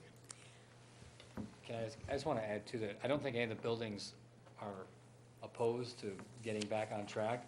It is late, I mean, being that it's March already, and just a readiness for maybe next year is different in each place, as they're kind of pushing through different things right now too. So I don't think anybody was, I just want to make sure that there's not a building that's saying not at all. They're just saying Yes. our readiness level might not be there for immediate. The 2 FTEs, would they be new teachers, or do we currently have teachers that we could put in elementary? We would have to hire them. Okay, that's fine. That's good. Mr. Como? So if we decided to move forward with this, what would be the process that you would go through to select those elementary schools? Again, I would think I'd look at the socioeconomic situations, the interest level of the principal, and the school that it feeds. Okay. I'm inferring that maybe there should be a more formal application process? Well, I know that with Waukesha 1, there was a pretty successful process that schools went through to apply and say, hey, we're interested, this is our plan, this is how we would implement our plan. And I'm not necessarily saying that we have to go to that same degree, but that was a good model. I thought that was a pretty successful model. Might be one to look at. We would detail it out a little bit more. I mean, right now, we did send out just a feeler, like who's interested. So, I mean, Sure. if we get to the spot where we're actually looking at following through completely with this, it might take a different, some building leadership might go, okay, I'm interested, but maybe a little bit, and we'd have that conversation with them. I think it would be important to make sure we did hit a building within each of the feeder schools though as well. But I think we'd probably start with a conversation to actually gauge real interest, and then maybe take them a little bit deeper through that process just to make sure they understood what would be involved, as well as if we have 3 buildings, we're looking at having, my understanding would be 2 people spread out between 3 buildings, and trying to maybe even coordinate, you have travel and all those type of pieces as Sure. well. Yeah. So it would take some coordination if challenge. we were to get to that spot to make Real sure it was interest done well. in are they truly prepared and well-positioned for success? And that's really what I liked about the Waukesha One model. I felt that there was some thought that was put into that, and there was nice give and take between administration and each of the schools in that preparation, and I think it helped. It helped us to roll out Waukesha One. Mr. Baumgarten. Maybe you could help me how this is configured. I'm trying to think back to when my kids were in school here, and it seemed to me when they went to Monday night band, there were more than one school, kids from more than one school coming to the band thing. So how would we do that if we So, just, okay, on a Monday night, so the students would have the opportunity to have that large group experience, which, sidebar, over at Summit View, they're craving that because they don't have it yet, Sure. but they're trying to get it. That large group experience, what happens is one site is picked. It could be, I'm just throwing this out there, it could be Central Middle School because it's centrally located.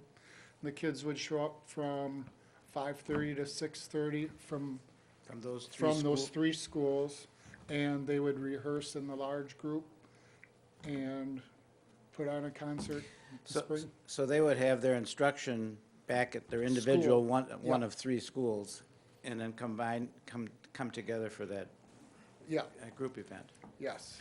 Okay. Now, one other question. Do we still have that MISO, the orchestra, that band thing going on? Is that, I see Ida nodding back there. That's going on at Blair. At Blair. There's a program at Hadfield, I believe, run through after-school program, but it's a different kind of program. Okay, so we have currently a couple little things going on out there, Yeah. but we might want to use other schools then for? Yeah. Yeah. I'm just trying to get the total picture. I think that helped. Would it work if we had elementary schools that feed into different middle schools and then high schools, so that, yeah, That So could that be arranged. whatever elementary school goes to north, then, and Right. whatever, and goes to south, so that it would ultimately improve, strengthen the programs at north, south, and west. West, yeah. Okay? You know, this is such a tradition in our community. When I came aboard, it was, Waukesha was known for music, and, you know, the parents and the community were took great pride in the music accomplishments. And when our bands would go to state, you know, and they still do, they always would come home with the blue ribbon. And I think that since we do not have elementary band and orchestra, our bands are still good, but there's still a little something that's missing. I completely concur because you. I see it live. Well, sure you do. You know, they don't come with that strong background. And furthermore, if I may say, it helps students develop their Oh, brain, yes. you know? You know, I was an early childhood major, and I knew the importance of introducing the infant to music and how it enhances the science and math part of the infant's brain. It really, really does. This is true. I've seen it work. I must have forgot to include that on here, but I did want to indicate there are certain age levels when the mind is particularly ripe, and to bring this to this level of age would benefit all subject areas I mean, take a look. and the individual. Take a look at Suzuki. You got, Yeah. 3-year-olds playing those violins. It's just amazing. It goes to show, that they can do it. And that's the best time of their life to acquire languages, music, skills, et cetera. So I'm delighted that Dr. Well, Langell I am so delighted, I just can't tell you. I started reading this, and as my fellow board members know, I've been advocating for a return of this. And I think, as you say, Tom, we're just kind of at the tipping point where if we catch it now, our high school programs won't be hurt as bad as if we didn't catch it for another year or two. So I think that this is great, and I'm so excited. I got out my trombone and I was going to bring it tonight, and then I thought, no. I'll spare everyone, but anyway. It says a lot that you play the trombone. Well, I loved it, and I think I benefited from that all the way through, as did both of my children who were in band and orchestra and so forth. So at any rate, I can't tell you how thrilled I am. Let me just ask you two questions. One, would this be Summit View +2 or Summit View +3? Summit View +3. Good, so it'll be 4 total. Yeah, because Summit Views Right. is already allocated Great. FTEs for band and orchestra. So Monday Night Band, they'll have 4 elementary schools, then Yeah, they can, and orchestra. they could be welcomed. And so we'll have Monday Night Band and Monday Night Orchestra. Yes. Okay, and last question, I know when our youngest started orchestra, it was, of course, then it was 4th grade, and there were 2 music stores in town, one of which we went to, and at that time rented. Do we just have White House now with music? It seems like maybe we do. So should we alert these stores that kids and their parents might come and rent? We don't have free.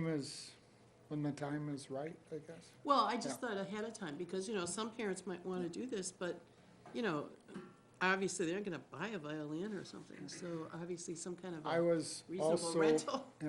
when the orchestras moved to the middle schools, a lot of the school-owned instruments went with. Okay.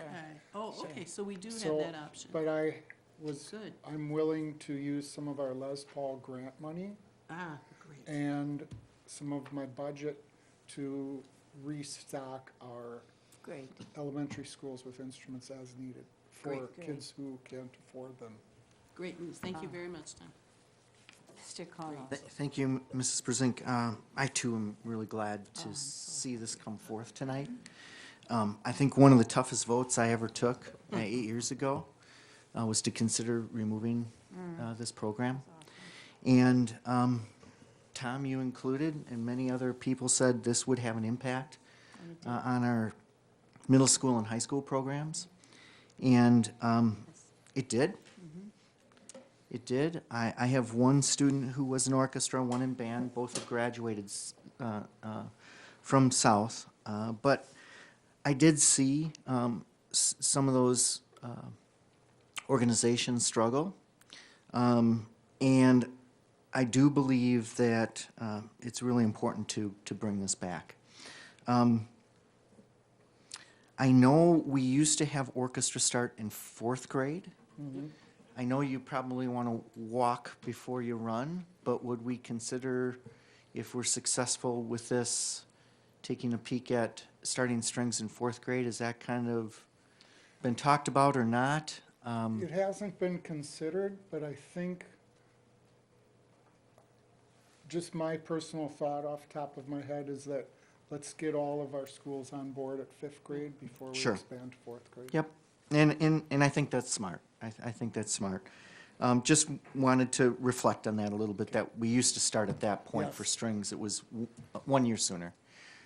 There was a pedagogical reason for it, and that's basically the kids aren't big enough to they don't make small size flutes and trumpets, but they make three-quarter size violins and half size and eighth size.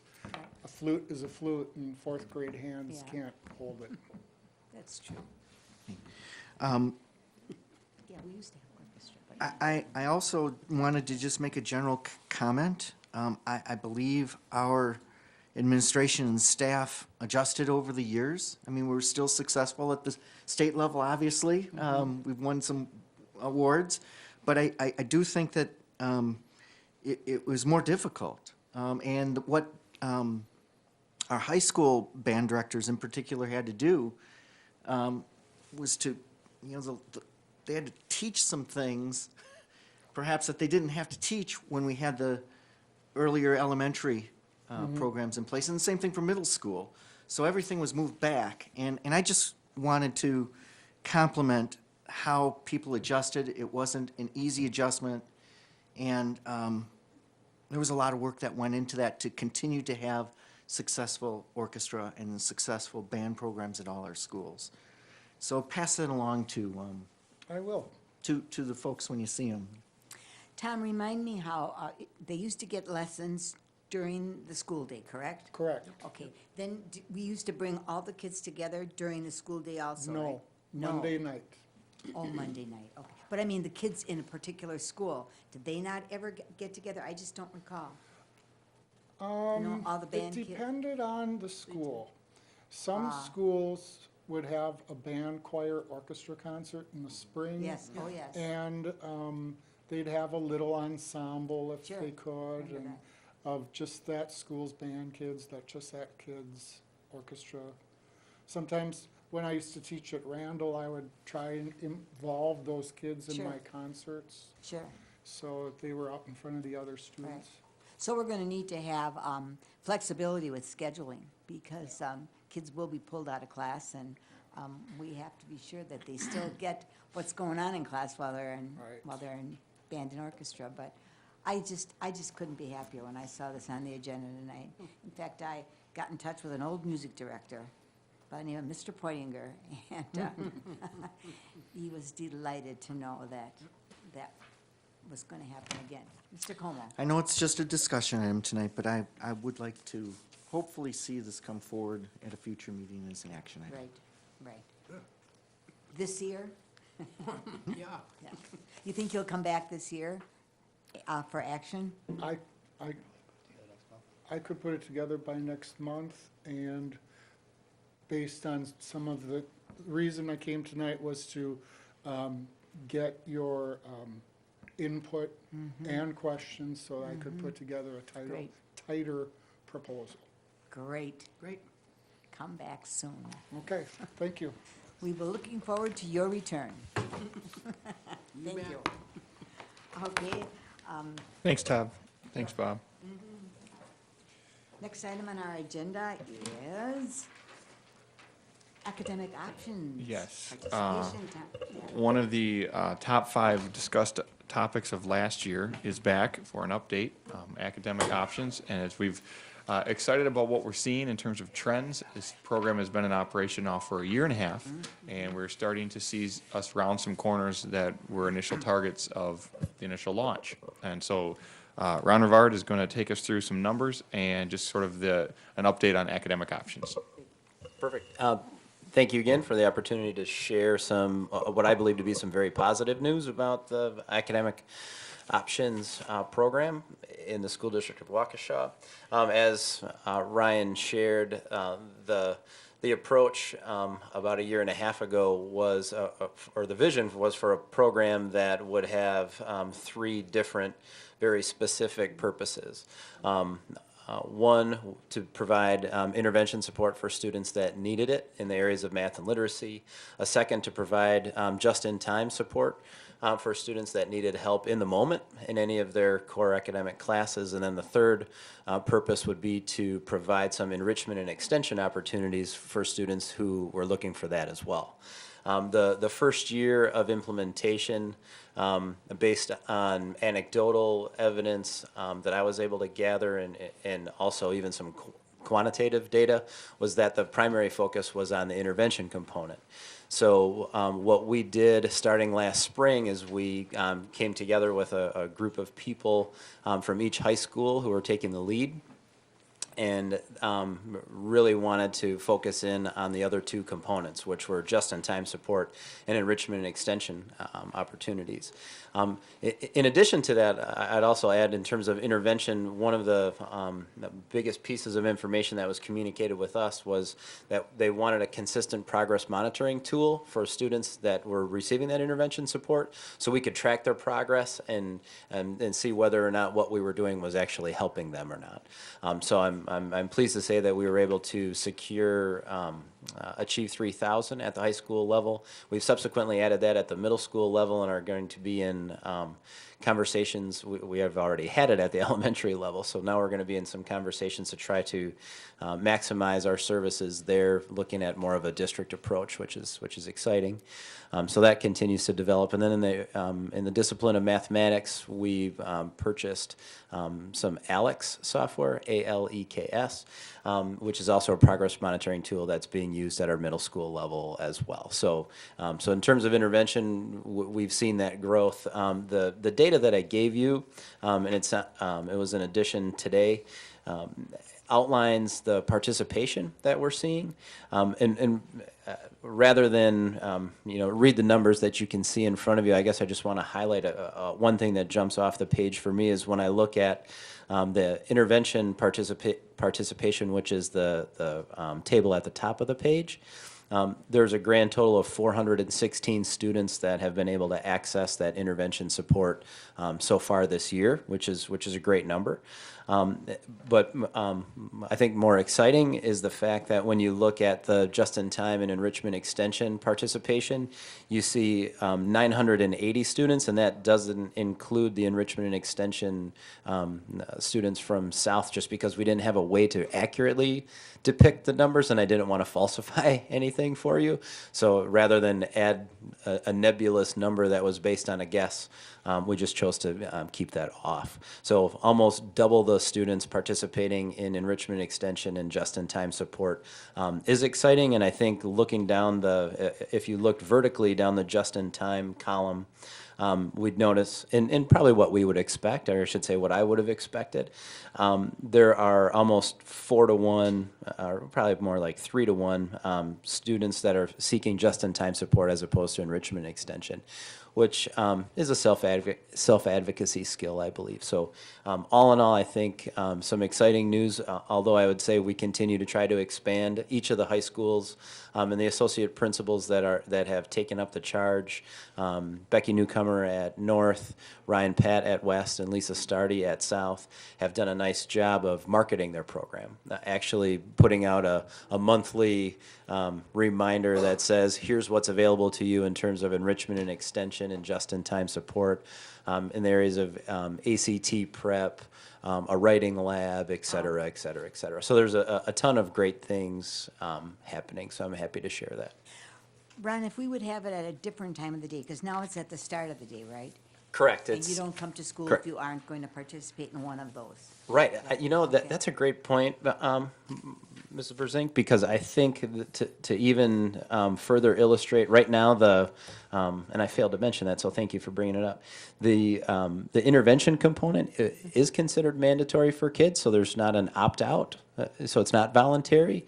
However, the just-in-time and enrichment are completely voluntary. So I think that speaks volumes too, that we have, and I'll say easily over 1,000 students. I mean, we're at 980, but so easily over 1,000 students are coming to school when they don't have to because they're seeking out something that they need. So I think that's important. So sorry to interrupt, but I think it's good to point out. You know, jumping ahead, I noticed that a comment was made when we were talking about scheduling in the future, that maybe we would put it in the afternoon or during lunchtime. Is that correct? Yeah, we're exploring a lot of possibilities that way to see if we can do something to integrate it more within the school day.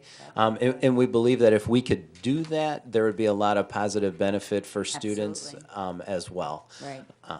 And more participants too, because Undoubtedly, undoubtedly. I think it's a challenge, but a good challenge to have, Sure. which is right now, to find space for an additional 300 to 400 students is a lot easier than trying to find space for an additional 1,300 students, perhaps. But I believe that we can be creative in a way that would allow us to do that and to give even more access to students to whether it be enrichment and extension or just-in-time support. So. Great. Okay, thank you very much, Ron. Any questions? Thank you. Comments? Okay. Joe, I'm Just, sorry. just a quick comment. I am so pleased to see the just-in-time and the enrichment integrated. I know we started in the right place with intervention, but I'm so pleased to see how this has expanded and, where we started. And I know you guys were asking for time. And I'm glad you asked for time and that you did it in a stepped process, because I think you're probably more successful doing that as opposed to trying to accomplish all three at once right out of the starting gate. So I think job well done. Thank Ron, you. are we pretty much leaders in this concept, in the county or neighboring school districts? I would say so. I mean, I think when just in my conversations with other directors in the area, when we share that we have a designated time 4 out of the 5 days for students to be able to receive some targeted intervention, some just-in-time support, and some enrichment and extension activities that are student-driven, I would say that does set us apart, yes. Because I think in terms of the mandatory, you have to show, there are programs that are like that similarly. Yes. But I think in terms of giving students the opportunity to choose and self-select, I would say confidently that we're ahead of the curve there. Great, that's good news. Ryan? Yeah, and I appreciate that piece. We talked about our presentations earlier tonight from Butler and Flight and that student advocating, and when we talked about time, or learning being the constant and time being the variable, putting this in at the three high schools has had students have to self-reflect on where they're at with their learning. Sure. And give them a space and a place to advocate for that. Access to teachers, access to other students, and they can do that now on a daily basis. And so I think we're excited about that piece and that they're seeing that as a part of their role as a learner.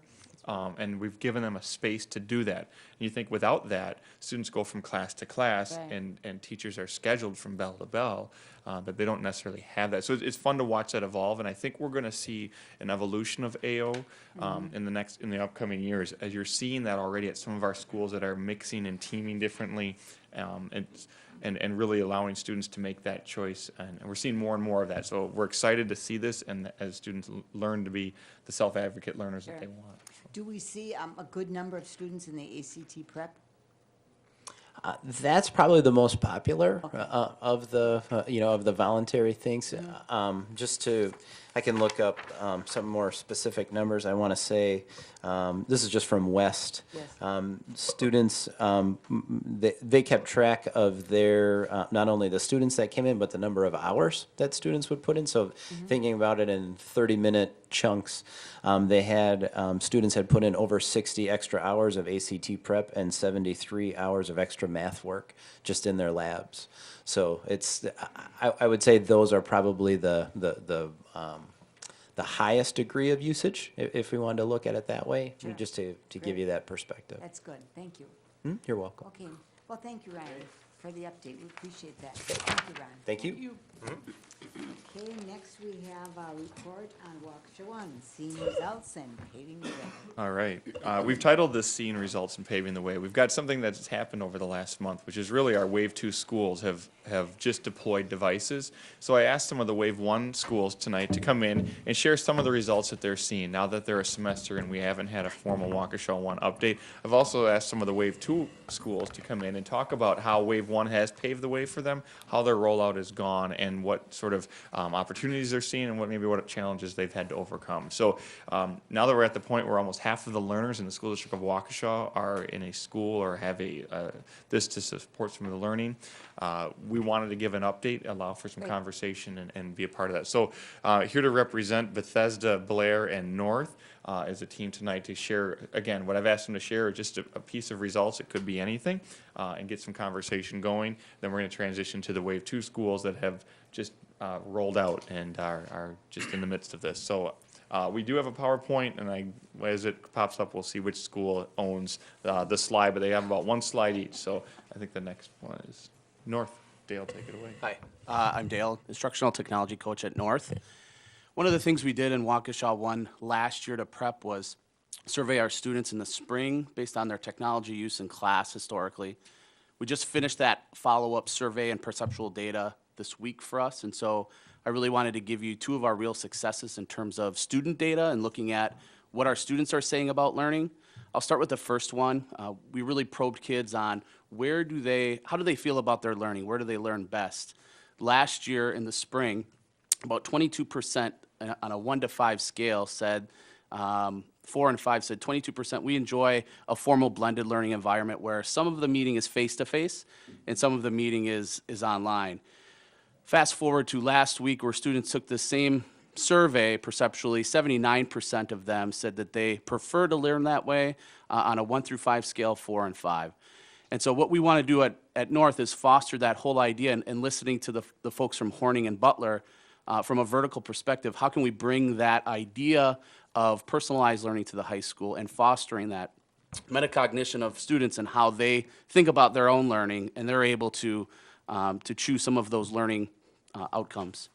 Our second piece of data is do students agree that Blackboard is an integral part and helps their learning?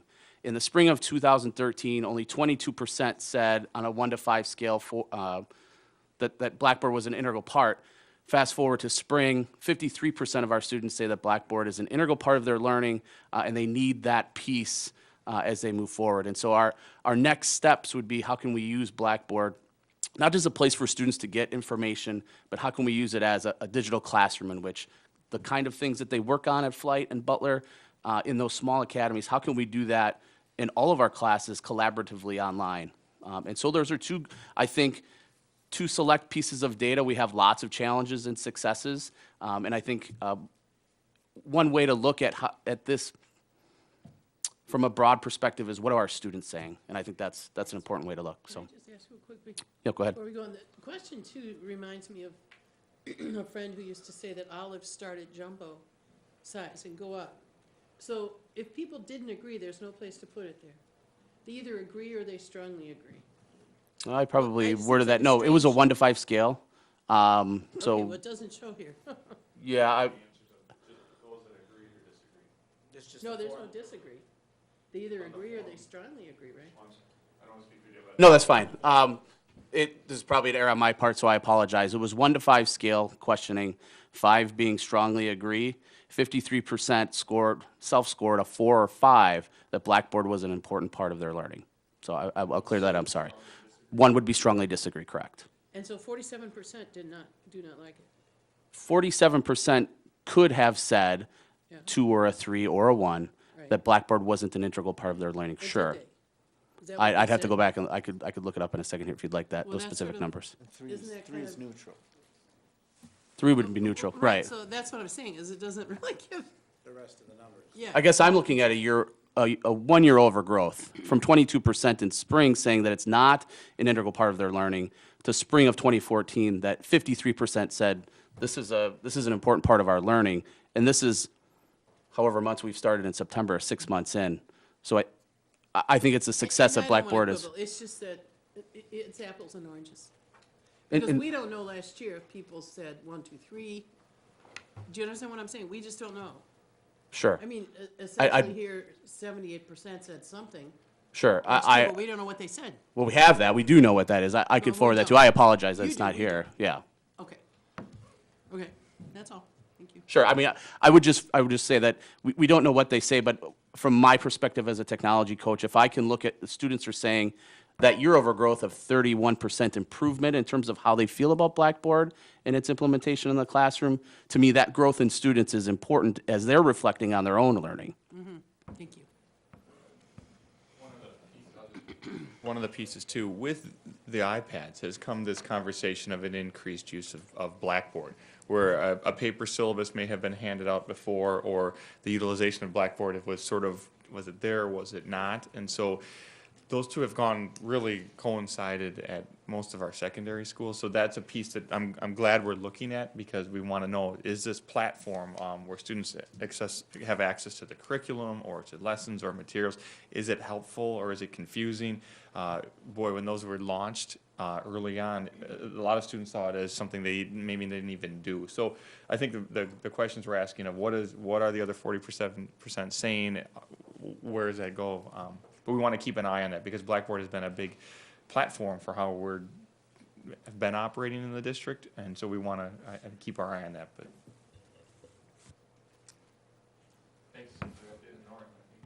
Bethesda. So. Good evening, I'm Melissa Yao, principal of Bethesda, and tonight I have with me one of our 5th grade teachers, Jen Balzer, and we're here to share a little bit about how we have been increasing personalized learning through the use of iPads. I'm just happy to say thank you for allowing me to be here and talk about some of the wonderful things that we've been doing as a 5th grade team.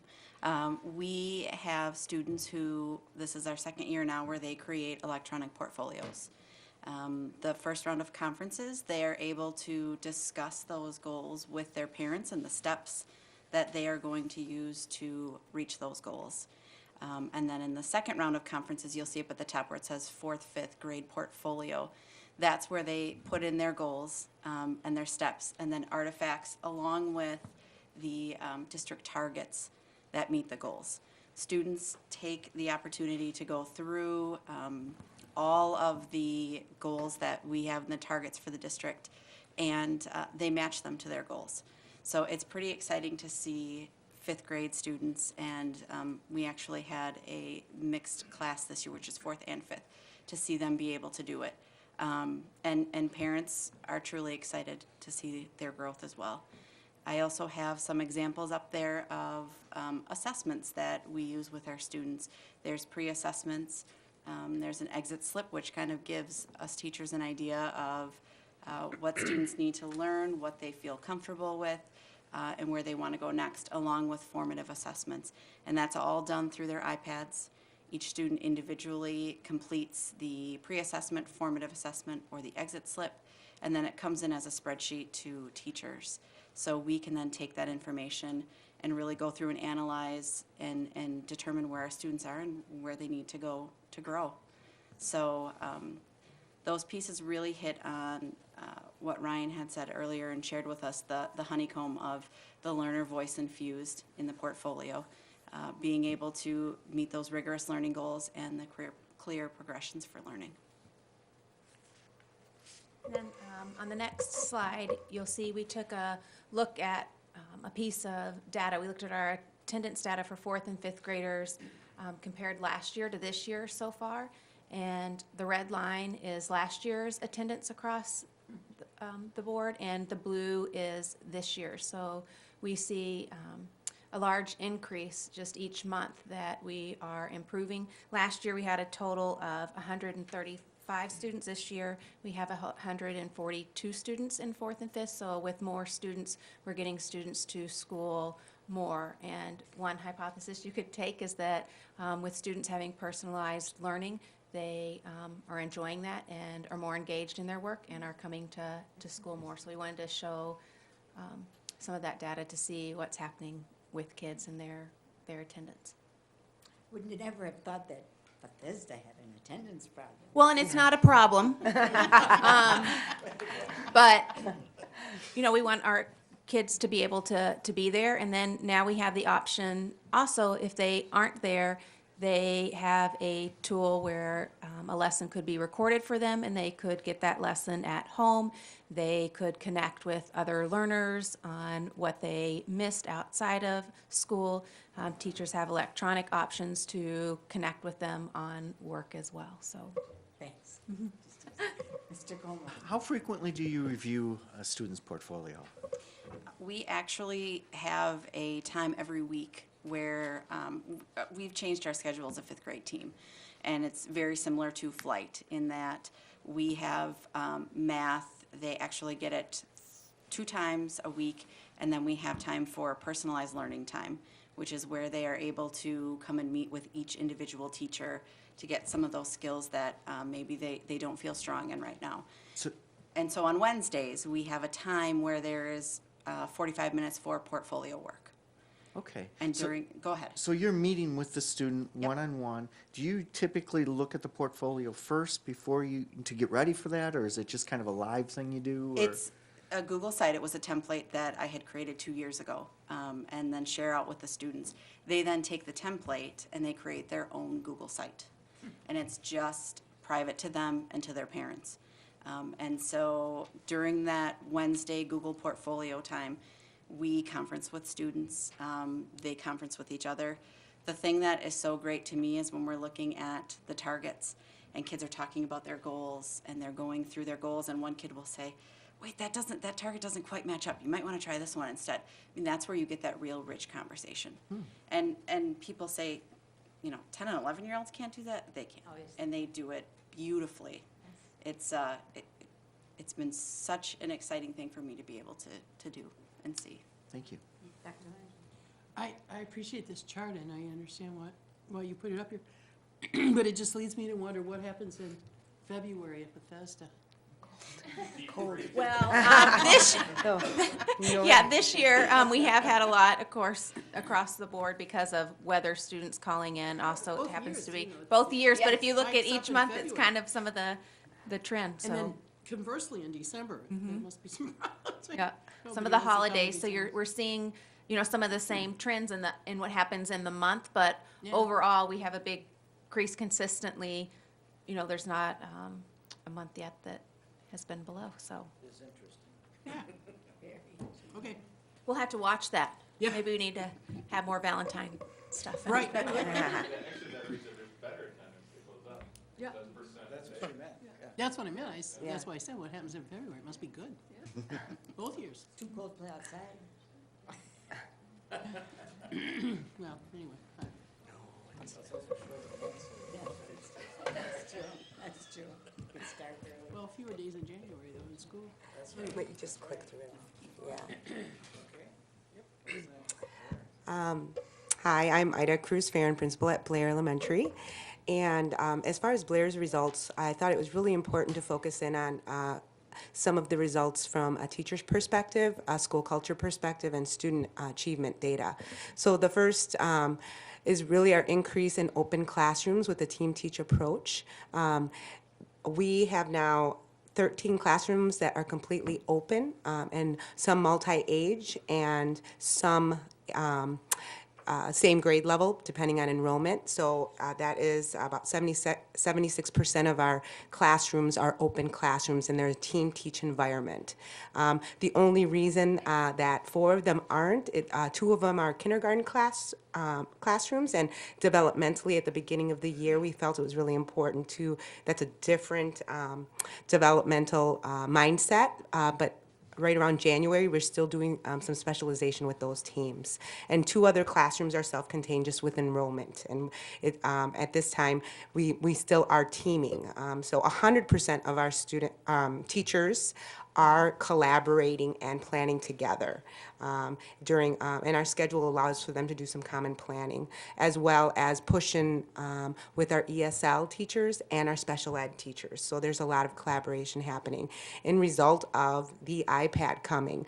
More so because teachers wanted to learn from each other, we were able to match teachers that are novice teachers and maybe not feeling that they're mastered in technology with other teachers that really felt more comfortable and are more risk takers. So we've seen a real change in culture as far as collaboration amongst teachers and students. With that, really focusing, I wanted to highlight one of our 4th and 5th grade classrooms that in our map data has shown 15 to 20% growth gains in reading. And that is Team Imagine, which is a 4th, 5th grade multi-age environment. And looking back at the data, we just did our data delves. It was really about the idea of being able to goal set and allow the tool and instructional design to really meet the students, much like the portfolio that was mentioned. We use portfolios specifically in this 4th and 5th grade team, and they're by far exceeding in that area, and feel that's really an important element in that growth gain in reading. So these are just some highlights for Blair, and we felt it was really important to highlight some of the cultural pieces. Thank you also, and thank you all of you. I just enjoying this, and it sounds so great. Can I just ask a quick question? Absolutely. You said the 15 to 20% growth in reading skills, I assume, reading Correct. skills. Yes, according to On map, between when and when was the first fall map? and winter. Okay, so like September to January map tests? Yep. Because that's a huge growth I between know. September and So January. and what we're really going into now is the teams are learning from each other. We're really going to have an opportunity, even though we've been able to go to a lot of site visits to other schools to see how the personalization is happening. Teachers are now feeling very open to go into each other's classrooms to see what's happening. Oh, I think that sounds great. I'm just blown away by that. You must be too. Between September and January, a 15 to 20% growth. Yeah. So Ada, are we more, is the map test more important than the WKCE or vice versa, or both important, both give different information? They give different information. The map test, we're able to see some growth and use it more of as a benchmark. Okay. We use that as a benchmark, and we obviously use some formative and summative data. But in WKCE, measures something different. Oftentimes, it's that October time. It's a different test. But we do look at WKCE as well. When we, especially at the beginning of the year, just to help do some test prep to look at some of the skills that we need to develop in. Do you find that kids that do well in WKCE do equally well with the map testing, or vice versa? Is that hard to say? At this point, I think it's hard to say. I think the map testing, I think they're getting used to it because we are able to do it 3 times a year. WKC is that one-time measure. But that's a good question. Thank you. Mr. Baumgart. I'm curious about the question Ellen asked about that 15 to 20% growth in reading, which does look big to me too, but not being familiar with what would have been the growth in reading last year for that group? We are looking, because what we look at is spring to spring data, so that we look at the fall data, and then we look at and we do have to do some trend data to look at what last year's. To see if that's really faster than last year's or 3 years ago or something. Yeah, we're doing that analysis now, and know that mid-year winter data is not always as accurate. It really is that spring to spring, but we just do it as a benchmark. Okay. So, Give it 3 times a year, September, January, and April. yes. Mm-hmm. Thank you. Okay. Thank you very much. That was very encouraging. Yes. Keep it See up. how you're using all that. Thank you. So the wave one is not only starting to see some results and Yes. asking some reflective questions, but they've also paved the way. And being that first wave in, they had the first wave of communication and rollouts and other pieces. But over the last month, the wave two schools have gone through this now. And so a few of the representatives of the wave two site are here. Chris Cluck, principal of Randall STEM Academy, and Jason Sadowski, who we met earlier at Butler, Rob Bennett, Central Middle School, and Jim Murray. And I asked them each tonight, again, to share in a real similar fashion a snippet of how the rollout went, opportunities where it was paved, the road had been paved a little bit, as well as maybe some challenges or things that they're working on right now as being new to their culture. So. Okay. At Butler Middle School, we started off the year with a Vanguard team. That each Vanguard team member was responsible for anywhere from 4 to 7 other staff members to kind of educate them on the use of technology in the classroom between the MacBook and the iPad. We actually got this model from North. We kind of just duplicated that. It worked really well for us. So I think the North staff are kind of sharing that with us. We also learned a lot from them regarding some of the policies they put in place to help with especially classroom management. That's one thing that we really hit home right away. We there have very little issues with classroom management with the use of the iPad. We established the no game policy. Teachers, when they're not using it, they turn it flat down, and really very limited problems with those kind of things, which was kind of surprising at the middle school, thinking at the middle school level. But one of the biggest surprises I've had since we have 100% of our students now have an iPad in their hands.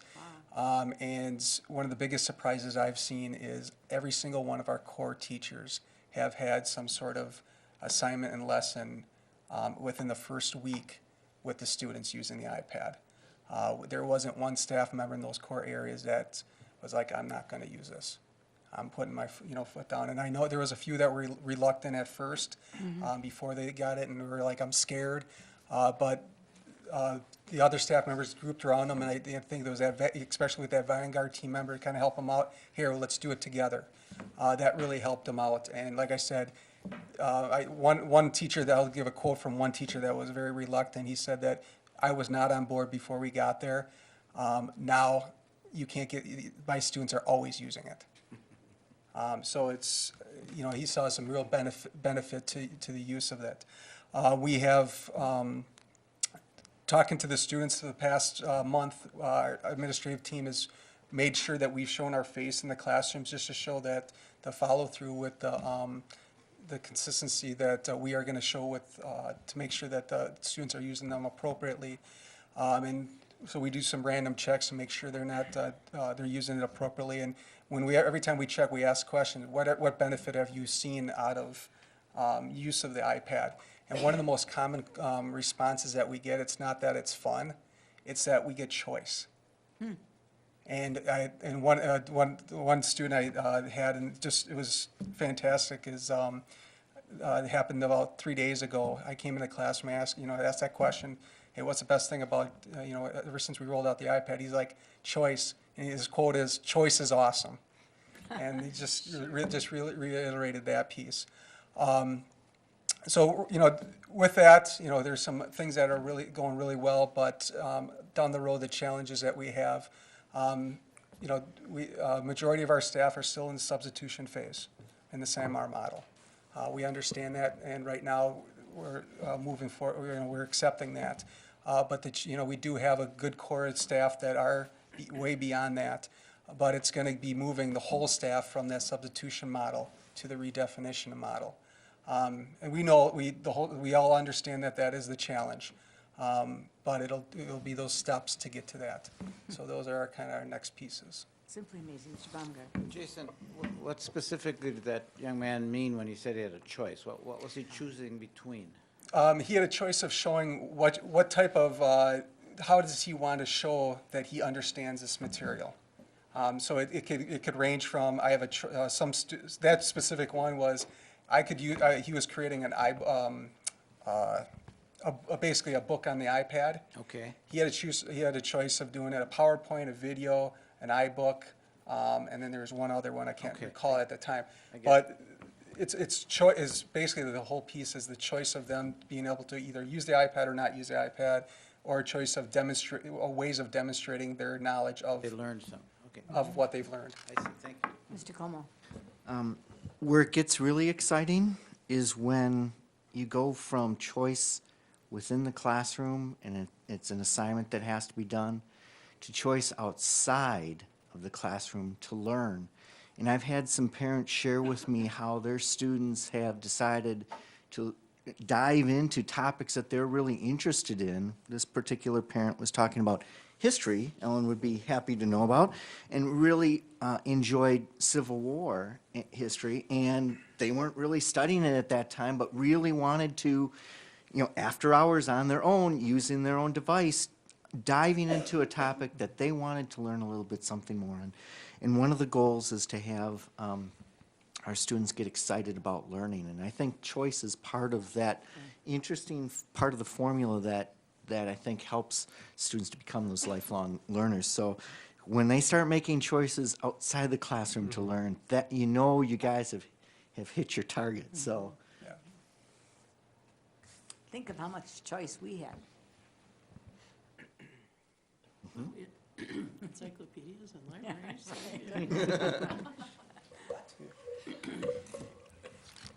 We're next up there on the screen.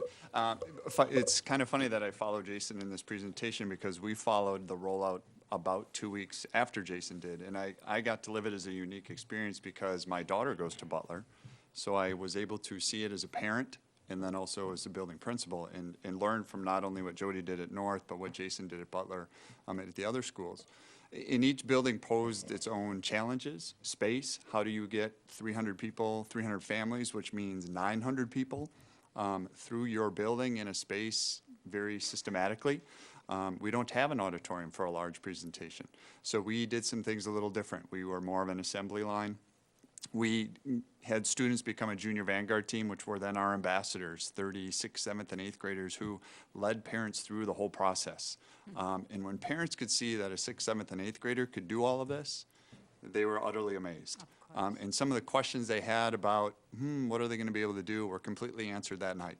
And those kids took over. The nice thing too, being able to follow, is to see what is going well and what's not going well, and asking my daughter, what are you doing? How are you using it? Oh, that's a great idea, and take it back to some teachers at school. On the screen, it was interesting. We haven't gotten away from our focus, though, of literacy and math. On the upper left corner, kids are annotating text using diagrams in science class with a material that's presented through the iPad. On the right side, on the top, the face-to-face collaboration with their devices. Kids in 7th grade workshop on a final product that they're working on together, and all of them having a voice and sharing their different opinions through their email accounts and things. In the lower left, students still are able to decide their best learning mode. Is it pencil paper or is it on the screen in a math class? I have to say, it's kind of a little bit ironic. We had a student who was not such a friendly ambassador and found himself in the office, pulled up a YouTube video on how to graph linear functions when he wasn't in class, so he was ready when he got back to class. So it provided him an opportunity. But it's things like that those kids now have opportunities. They're still sharing notes in the iMovie creation. They're talking. It's not taking away those big things. It's giving them a new opportunity.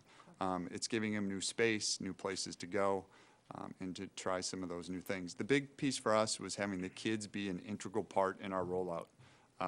The excitement they shared, the excitements their families saw, it wasn't the student celebration, it was a family celebration. There were grandparents and younger siblings who were there when they walked out with those devices. We have parent-teacher conferences tonight.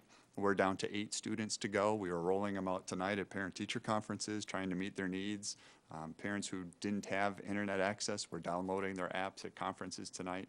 So we're finding all those different things to make sure we're meeting all of their needs. So it's nice to be the follower, to see things that go well, and it's also nice to have an inside lead with the daughter in the whole system too. So.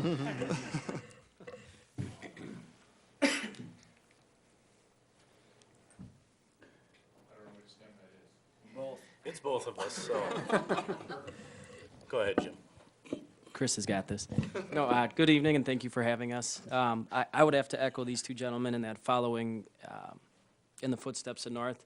Dale especially, Jody, they were just integral in our rollout. And Dale having his daughter by STEM really helped because he'd come through and ask, how's it going? Or are you ready? And I'd say no, and he'd say why. And so just having good conversations about what went well, what didn't, what obstacles do we have to be ready for, to watch out for. So we rolled out a little bit differently. We rolled out twice a day. So we did students during the day and then parents at night. For our population, it just worked better. We did I think it was a Z through M, or Z through N, and then an M through A split, just to split them up. Parents loved it. They didn't have to go through a lot of the software setup and things like that, and so it just, for our population, it worked well. I think also our parents and students are used to a one-to-one, so having been through that, we learned what not to do with these, how to tighten up a little bit in order to get looser. and really establishing some boundaries. I know we've been called the poster child for Waukesha 1 because of our break-fix ratio at STEM. So it's not a good thing. That's sort of stigmatic, and I don't sleep much. But so I think that really setting some boundaries with kids, responsibilities, contracts, talking to parents, and just having boot camps with kids and saying flat out, you know, that what was happening is not acceptable. This is the new norm, and you know, this is why. And these are your devices. These are your tools to learn. And so, excuse me, it's gone a long way. I just want to point out the bottom right-hand corner. We do a lot of project-based learning, and we offered choice of options for students. They had 5 choices. The 6th one was a student-driven. This bottom right corner was coding, and we had 110 out of 326 students sign up on their own for coding. And so for 4 to 6 weeks, they're focused on coding and writing code, learning code, using code to program, things like that. And so we've just been in talks as a staff saying if 1/3 jumped in voluntarily, what does that say about, you know, that being another language or a fine arts type of program to offer as an elective. So we're really looking at that. The banana up top is a link. We don't have to watch it. You might wonder why there's a banana up there. I was wondering. We have the biggest transition too was having teachers go from just facilitators to now really shifting it again to students. If anything, I could say the Waukesha one has been invigorating to our staff, who's done a lot of Blackboard and student-led things. This has been like, oh my goodness, now I have to get ahead of the curve now. Not, we've got this stuff built, so let's relax and watch it unfold. So we had a student that actually is in a Google Doodle, which is the logo above Google Search. And they're going to enter that. If you want to play it, you can, Mary Jo, if you just click on it. They're going to enter that into the competition. So you talk about a global, and Joe, you mentioned outside of school. They are competing. They're going to enter this. If it doesn't work, I can send it to the board after. Yeah, we can get to it. I'll send it out. Yeah. It's not ripe enough. So you talk about outside of school on a worldly level. They're going to get into a Google Hangout with artists from Google. They watch skits from the artists right now, and so it's just outside of STEM, outside of school, outside of this state. You know, why is this stuff important? Mm-hmm. Not just for me to learn, but where's my place with this, you know, once I'm done with school, so. Okay. Sorry, Chris. I'm sorry, I just want to ask go ahead. you real quick. Yeah. With all the students under the volleyball nets, you said code? They're learning code? Coding right now, yeah, very basic. So Yeah. we had to watch Flash because of the JavaScript. So they found different, I think we had 8 different languages they could learn. All programs that they could use, really basic, like Computer just language. learning what code is, for example. Okay, in terms of computer language code? Yes, ma'am, yes. I know, I was just, you know, wondering if any of them are interested in, you know, codes per se historically, but maybe not. That may be a level they're not interested We in. had- I am, but maybe they're not. You know, I think we're gonna look to tie that into social studies and really Oh, figure I out mean, how there's to a tie. perfect tie-in. They could look at it's natural Ultra, integration. World War II Ultra, Enigma machines, you know, it's just fascinating. I think they would love it. But anyway, that's just my, Yeah, Yeah. it's interesting. Thank you. thank you. Well, since Jim took the 2 minutes for the STEM Academy, I'll just say thanks for having me here tonight. Just kidding. A couple of things about rolling out at the Randall campus for elementary students. We're relatively 100% rolled out for our, what we call our level 2 and level 3 learners, 2nd through 5th grade. I think we have probably about 8 devices as well there of families that were out of town or couldn't make our nights last week. Those nights went very well thanks to everybody who went before us. We had models to follow, documentation to look at, and could just really keep refining it, and things went really well with a great team of support. A couple of individuals at our campus, Faith Lincecum and Emily Reddy, as well as our secretary, Jean Wohlers, who loves technology and put together a great rollout event. So things went very well. Our youngest learners, what we call level 1, are kindergartners and 1st graders. In the next 2 to 3 weeks, we'll be getting theirs. They're not on the self-managed model where they go home with the children each night, but they'll be as classroom-managed sets of iPads, and the teachers will be handling the management of the apps that get put on those iPads. So we're looking forward to that as well. You know, we've been lucky, as Jim said, while we weren't completely one-to-one at Randall, we were very close and have had a good amount of technology in our building. So our staff over the last couple of years have been really moving their practices forward through personalization, and what can technology do for that already. It's now transitioning to a different operating system, a different device, but we're looking forward to that. We rolled out a little program to the staff yesterday called Waukesha One Bucks, where we'll be able to go around and notice staff who are learning something new about the iPad and hand out a Waukesha One where they'll enter it in a little drawing for some iTunes gift cards, just to keep promoting their use and their learning curve and what we want from them. As Jason mentioned, going from that substitution level to get us up to that redefinition level. So we look forward to the transition and the growth we'll experience there. I'll just draw your attention to the bottom left-hand corner picture, which was this morning in a math classroom where a student, where the arrow begins, is broadcasting her iPad up onto the screen to show her classmates the math problem she's worked on. Our focus really for the remainder of this year with teacher practice is to really use the great apps that the district has identified, which are really creativity tool apps. While the iPad can be a great place or a tool for students to consume content, we want them creating content and explaining their thinking, going deeper. The Common Core in all areas asks for students to go deeper and to be explain their thinking, that metacognition happening. And so it's a tool that can really help them do that.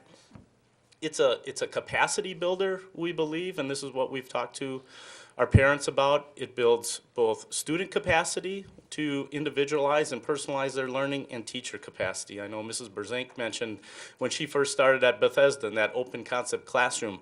The idea was the same back then, and I think over the years we saw many schools start to close the walls back in because they were maybe they didn't have the tools yet to make that concept work. Today we have that tool through the technology pieces. But we also tell our parents, for sure at STEM, it's a tool. It's not the only tool we're going to use. We're not staring at a screen all day. When I walk through classrooms, I'm still going to see roller coasters being built and bridges being built, engineering happening, collaboration happening, problem solving, creative thinking, critical thinking.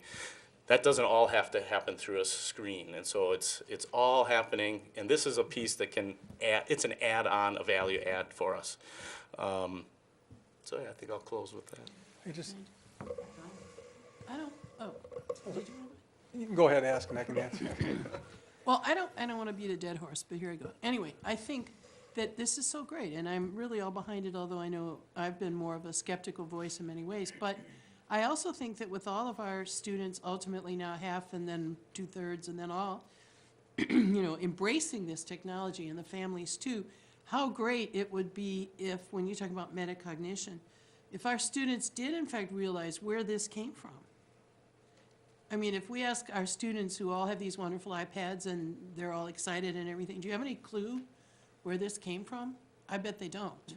And so there, and again, I know I'm in history, but literally they should know about Bletchley Park, they should know about Ultra, they should know about World War II, the decoding of the German code, because that's where all this computer technology came from. Literally, that's where it came from. Mm-hmm.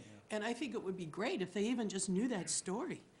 I mean, they don't have to embrace it. They maybe would be interested and would study it at home, but it's a phenomenal story that is literally where all these computers came from. All this technology came from there. So anyway, Thank just you. my two cents. Appreciate that. I just wanted to put just to kind of line things up a little bit, is a lot of this that we're doing here at each of the buildings, I feel that would not have been, we would not have been able to do this as smoothly as we feel it went without the support that we've had from the whole district as a whole. And I especially want to just put the direction to the tech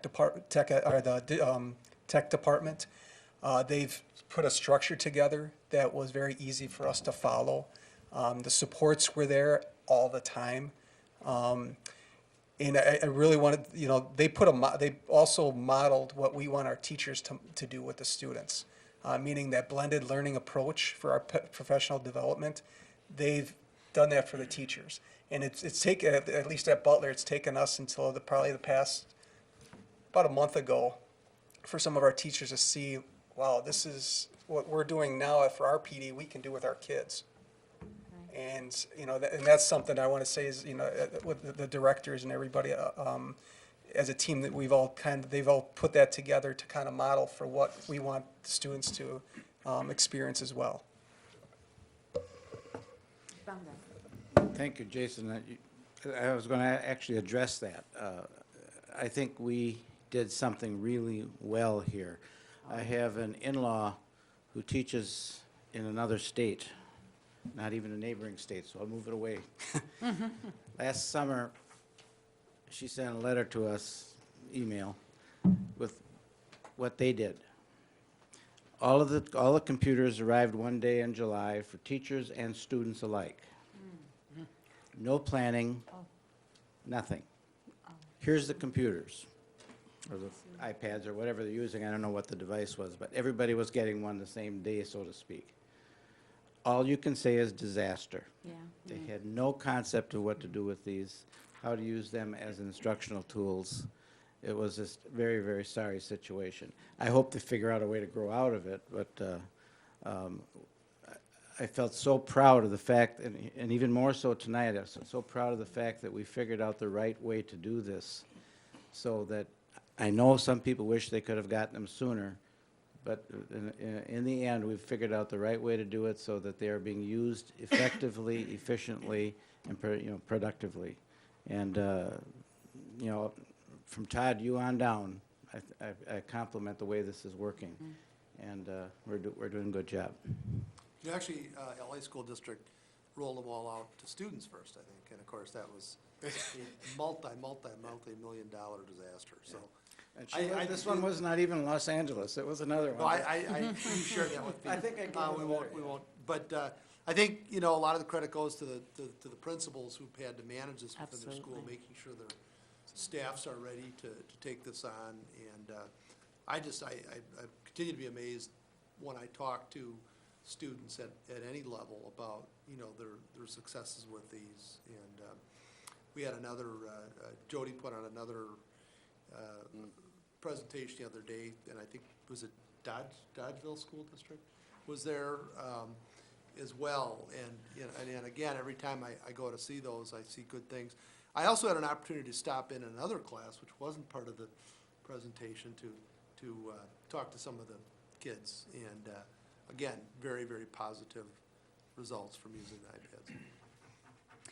We need to tell a better story about our district because, there's 2 districts in the greater Milwaukee area that everybody thinks are the best in the world. They aren't doing any of this, I'm telling you. We need to tell this story all around the greater Milwaukee area because Arthur? it's the best kept secret, believe me.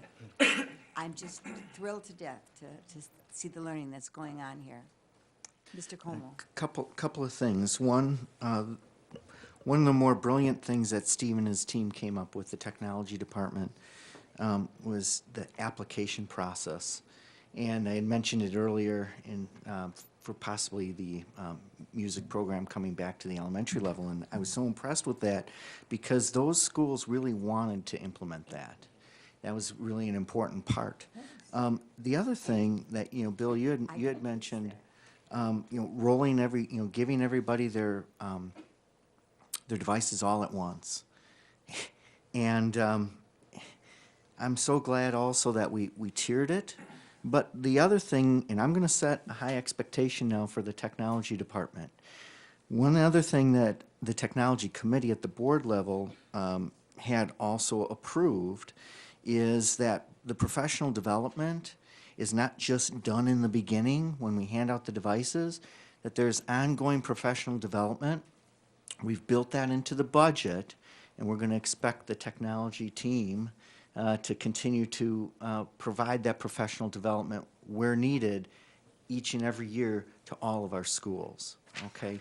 And so that you're seeing the beginning part of the plan because you guys are just seeing the beginning part, but I think you should have the expectation to continue to have your needs met and your staff's needs met as to what they need to learn and how they need to continually improve as they move forward. So it's not just a one and done for professional development either. So I hope you keep the pressure on our technology team to keep up the good work. And I also really have been impressed with the sharing of the knowledge between the Wave 1 schools and the Wave 2 schools. So Jody and her team and the students, I mean, the students were happy to share with other students. When people are excited about something, it's very contagious. And when things become contagious, you can get an awful lot done in a very short period of time.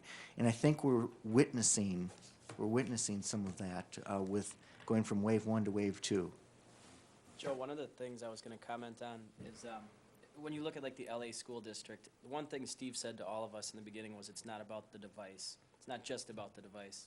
And that's something that in my head rang true every day we went through Vanguard training or talked to our staff, our parents, our students, because if you get those one day and you haven't prepped, you haven't been trained, you haven't learned, you haven't lived it, you're done. I mean, you've got boxes of computers for what? Yeah. And so I think that having those conversations consistently and talking to staff, we had one today, a community circle just saying one great thing you've done with your iPad. Talk about it. Share it with a friend, turn and talk. And those are teachers that they get timid because it's something they had to, excuse me, step out of their comfort zone and share. No different than we'd expect our students to. Why wouldn't teachers and why wouldn't we? And the other thing that differentiates us from LA is LA tried to restrict the use of these devices to just schoolwork. And we said, look, if this extends to personal use and they're going to continue to learn how to use this, at first, I think this board took a little bit of heat for that, and our technology team took a little bit of heat for that. But I think that's paying off dividends, because what we want are, again, people who want to learn. And this is just a tool. We can learn outside the classroom these days. Right. And there's a lot of learning that goes on outside the classroom. And when I heard this this parent talking about their student who is in middle school, who just is just diving into an area of interest, just with passion, and could do it, and was doing it on vacation, at home at night after schoolwork. I mean, that was just very thrilling, coming from a parent. And not that I don't like the testimonial that you guys present, but when parents are seeing it in their children and are coming with the stories back to the board members, that's, it's really happening. Not that we don't trust you, but it's really happening the way we want it to be happening. Right. One of the things you talked about is the any time. We have kids at 6:45 in the morning wanting to get into the media center to use that device. Wow. Staying at 3:30, 3:45, and we're done at 2:30 because they're still using that device, and they're doing it for schoolwork and, like you said, for other things that are their interest. It was that learning curve, and to be able to learn from the other schools that did it. The pictures you saw, that was within 2 to 3 days of rollout, and it was already being used in that manner, and we couldn't have done it without those schools before us and the opportunities that we've been provided. So the kids have definitely benefited from the opportunity. Well, and it's not the only technology that the kids today are using. I mean, they brought some previous knowledge, through telephones and their home PCs and the games that they play on television set, et cetera. Their own iPads. Xbox, no, but I mean, they are in a technology mode, so this was just another step to enhance their learning, so. The final comment, too, is throughout this process, I think you heard it about not only the collaboration and the learning, but we're trying to listen as much as possible to our community, and this hasn't been without its share of challenges and obstacles, and we've learned a lot from those as well. A lot of those have come up tonight, but that's another piece that we're sharing this. Parents have brought forward concerns. We've brought forward, you've heard about where teachers were once used the word scared, and now they can't turn them off. Those are things we're going to try to keep as a main theme as well, as we continue to learn, as we continue to learn how it happens instructionally, as we continue to learn how students' experience can be. We also want to learn with this, and as the wave 2 came in, it brought back that next wave of parent conversations and what does this mean for our community. And so I think we've managed that next wave a little better than the first wave, and that's just as a result of the lessons learned. And I think with wave 3 coming, we'll do the same. And I think the next time we're here will be October, which sounds far away, but wave 3 will be in action, and we'll be hearing about another round of results from the wave 1 school schools and the two, and just seeing this incorporate into the lifestyle of teaching and You learning. know, I heard the word exciting, exciting, exciting. Kids excited, excited, excited about learning more than ever before that I've ever experienced. So we've got to keep that rolling. That's just wonderful. Thank you so much. Thank you, guys. I'm so excited with the news that you shared with us tonight. Thank you. And now we've got Jen Wimmer, who's going to, is that all your staff? that Sure, came out and yes. sat We there we so have long? lots of late night visitors this Oh, evening. Join us thank in you so celebrating much. School Social Work Week. So it's very That's timely right. that they're here this evening. They are such a collaborative team. Highlight who they are.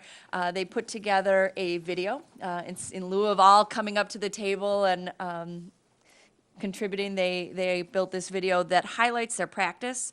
I just want to spot out, we have Shelley, Jamie, Neil, Stephanie, that's Jody, you know her. Laura and Carrie are in the back, Kelly's on the side. You'll see their smiling faces in front of you to see which schools they serve. You see some handouts they've put together to highlight their role, how they support district goals and service and what that looks like. But without further ado, our presentation is simply a 5-minute video to highlight their work. School social workers are active in all buildings in the School District of Waukesha, working with students, staff, and families to remove barriers and support students to reach district academic achievement goals. Social workers are an advocate for the child. They're really watching out for that child's needs in the whole school program. They find resources for that child and their whole family. They're a go-between for the school and the child and the family. So if we have needs at school and have difficulty connecting with the family, Kelly will do that for us. And for myself, I find that Kelly is quite a resource for ideas.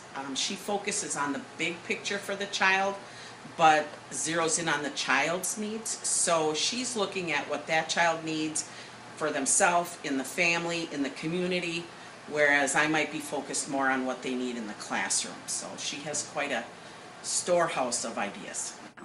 Hi, my name is Nestle Brown. I'm the school psychologist at Hawthorne and Summit Elementary Schools.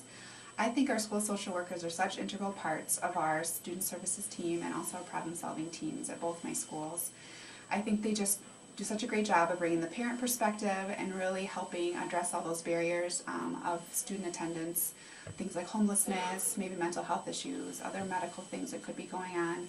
And I think they're really great at supporting staff and help coaching through those situations and always being really positive and supportive role models to other staff members in the building.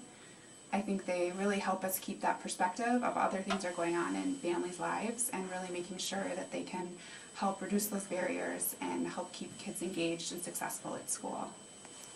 I already got 5. You have been working very hard at that's right. Okay, so why is it so important that we earn stickers to be to school on time? Go ahead. So you won't miss learning. You don't want to miss any learning? Do you got different? Social workers are great resources to families in many ways. One way is providing students and families with basic needs such as clothing, winter gear, food, and school supplies, along with providing referrals to local community assistance programs. Social workers reach out to families in many different ways. Hola, yo soy Sara Jablansky y soy una trabajadora social bilingüe en el distrito de Waukesha. Es importante que les demos la bienvenida y les incluyamos nuestras familias bilingües y que ellos tomen parte en nuestro sistema educacional. Una responsabilidad de trabajadores sociales escolares es trabajar con familias por el proceso de educación especial. Creamos un ambiente familiar, abogamos por los derechos de los padres y les capacitamos a las familias para ser miembros activos en la educación de sus hijos. Thank you for everything you did for me. All the problems I had, you helped me solve them. I remember the girls' club we had. Although it was made for helping us with our problems, we also had a lot of fun there too. I loved how we played all types of games to help us solve our problems we had. How everyone got a turn to talk and say what was on their mind. School social workers collaborate and partner with community agencies on a daily basis to provide safe and calming environments for students and families. One of the agencies we work with is the Women's Center. The educational liaison, Beth Blavitt, shared that school social workers are a critical link between the shelter and the school. She stated that school social workers have gone above and beyond for the homeless students in our schools. So I understand that you guys want to enroll in Hatfield Elementary School, is that correct? Okay. And usually what we do is we like to first do the neighborhood school of where you're going to be staying.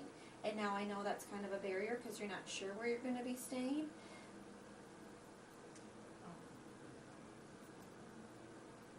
Okay. So you do have transportation then? Okay. School social workers offer support and strategies for students experiencing mental health challenges. We partner with community professionals and make countless referrals to the appropriate services. An essential role school social workers have is to immediately respond and assess the safety of students, including abuse, self-harm, and suicidal thoughts. School social workers are trained and prepared to address the challenges our students experience on their path to learning and succeeding. While the needs of our students, families, and community are ever changing, our social workers are responding and collaborating to keep students engaged and moving forward.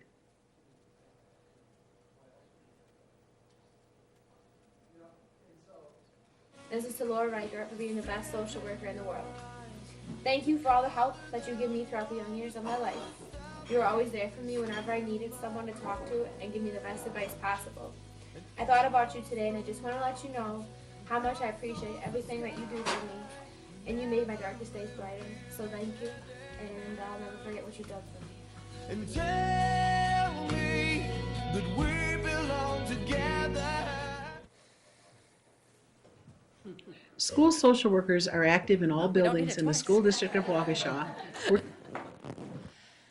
I know I speak for the team when I say thank you for the opportunity to highlight their work and the contributions that they're making for our students and our schools. I know that many of the principals that were here tonight would tell you that they're an integral part of the work that they do, and sometimes they're behind the scenes doing a lot of things. So it's nice to be able to highlight that work this evening and thank them for their service. I think they deserve a round of applause. Oh, I do.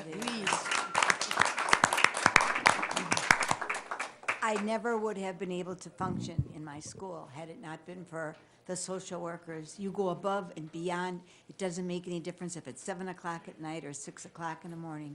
You're always there helping and making sure that the best is done for the child. Thank you always for what you do. It's a tremendous job, one of the biggest jobs of staff in the district. And you encounter things that we'll never know about. So thank you for being strong, and thank you for making parents feel decent about themselves. Jen, thank you. That was really, really very, very nice, and showing how important they are. Mr. Como. Oh, Ellen first. That's okay. I'm sorry. That's all right. Dr. Langell. I just wanted to, excuse me, add my thanks. And I was, sorry about my voice. But just to reflect real quickly, because at the Women's Center, where I volunteer a lot, about 8 or 9 years ago, there was just such a sense of disconnect with Randall, because that's where virtually all the kids in shelter went. And so I was able to help put together from our district social workers and Phyllis Lardnoy, and you know her, and so, a team. And it was so wonderful that the Women's Center people just couldn't say enough. Mm-hmm. And then, of course, came the change when Randall became STEM, and a lot of the kids then went to Hatfield. And that also went smoothly. And it's just terrific, you know. And even now when I'm down at the Women's Center, they just can't say enough about the people from the district and helping, and how the cooperation and teamwork is continuing. And it's so great. So thank you for that. Mr. Como. Thank you, Mrs. Brezink. I think it was an understatement when you said it was it's a behind-the-scenes kind of position that you have. It's really behind the scenes, and a lot of the work you do does go unnoticed. That's right. It's very personal, very private. It was really I'm sure it was really nice to see that young lady at the end thanking one of you for the work that you've done. And you probably don't get that enough in your life. And I think one of the key things that I picked up from this is that one of the primary things that you do is you reduce barriers. And these barriers take on all different shapes and sizes and forms for these students. And there's a wide variety. And so you have to be prepared for each and every one of those. And so I thank you for your talents and for your contributions and your dedication to trying to tear these barriers down for these students. I can't even imagine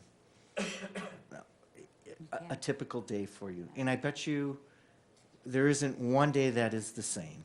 That's right. Thank you. That's right.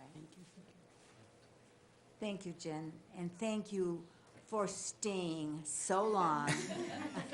We appreciate it tremendously, but most of all, we appreciate what you do for our children, so thank you so much. Bless you. Okay. Okay, and finally, we have a discussion about instructional minutes.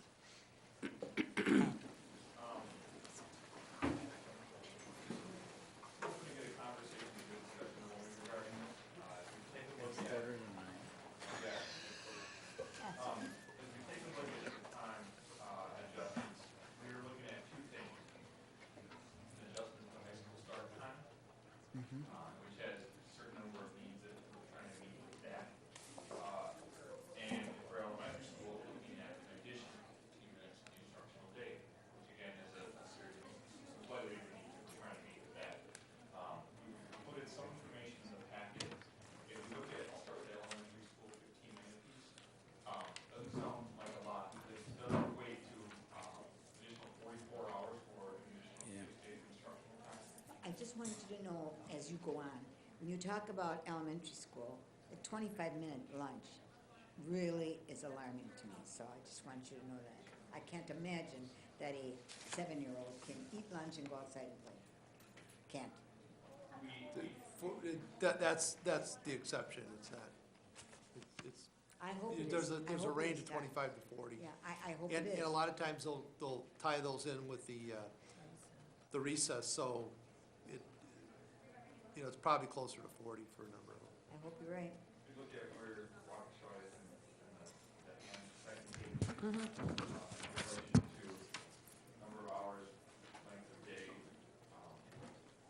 you can see kind of where that piece of that started from the initial conversation. If you look at that, other things that went into the elementary level were sort of the continuous crunch. This conversation started at some of the schools a couple of years ago. I thought we went off the off, but in terms of how do we, what's that deal with the number of instructional minutes in the day of experience, break time, movement time.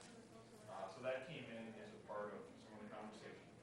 The reason they're together tonight as well is the high school one also looked at a couple of things. A little later start time developmentally, looked at what could that do for how we're delivering instruction. That got it a little bit further along the line with how AO, not being, how it started in the morning is causing some conversation. They went together then as we got into further, which is obviously one starts from the system of high school affects busing route and logistics of a school district. So as one started, it led to some other ones and kind of tried to put that together as best we could. And each one has a lengthy story we could go into, maybe where and what. But with all our decisions, the question becomes from a C&I standpoint, what can we do instructionally? How can this be used to support some of our learning objectives? When you think about the overall minutes, think about students, I know we talked about facts and math facts and things like that. Think of what 15 extra That's minutes a right. day could do for all learners in the system for that. And that's one of hundreds of examples we could pinpointing some, you could say, well, that could be 15 minutes that we off with, that could be 15 minutes that is maximum. And any way that we would want to talk about this, we'd be talking about this as how does it become a value add, a specific value add, a purposeful value add, movement time, math fact time, and other things that we're doing. And then again, the secondary level, same conversation. Yeah, and when we met with the elementary principals, we didn't say, well, if we have this 15 minutes, this is exactly how you have to use it. We were gonna let each building Okay, that's determine good. that, because you have a school like Meadowbrook, for example, which had to cut out a recess to add some more instructional time for some different courses, and, you know, that might be one option to get that back. If we're able to use that 15 minutes and staff it so the teachers can collaborate while students are at a recess, we can do some things in that regard. So I think you know, while it is 15 more minutes a day, I think the benefits of maybe having some additional break time for teachers where they can collaborate or do other things, and I know at some of the other levels, we're looking at some different things that students can do that maybe aren't necessarily tied to direct instruction, but do enhance the educational process. And then at the high school level, quite honestly, when I met with my parent advisory group last week, they said, why don't you flip it? Let's have elementary at 7:40 and high school at 9 o'clock. And they were serious. I mean, and I think part of it is because, as one mom noted, you know, I have to give up 40 minutes of work to get my child to school. And you know, high school, middle school are typically a little bit more self-sufficient as far as getting to school on their own. Now, I might consider that if we didn't have issues at the other end of the high school, meaning sports and band and those kind of things. But the reason I went 20 minutes is it works, it fits in the schedule, it works with that 15-minute addition to the elementary schedule, which again, I think is important to, I think we need to remain competitive in the county and Yes. around the state with the instructional hours. And again, I'd like to even go later than high school, but that seemed to be a reasonable step in the right direction. In talking with the high school principals, they said, well, if everyone came at 7:40 instead of this AO first, they could maybe put AO at third hour. Is that correct? Something to that effect? Because I think what's happening is with some AO students, if it's an option to sleep an extra 20 or 30 minutes, they're picking that, and where they should be, you know, where they should be at school. So this would provide an AO period for every student. Everyone had started 7:40, which is, it's still probably early, but it beats the 7:20. It does. Which again, that's one of the earliest in the county Pat, as well. doesn't the So state mandate minutes? we're above the number of minutes We are. already.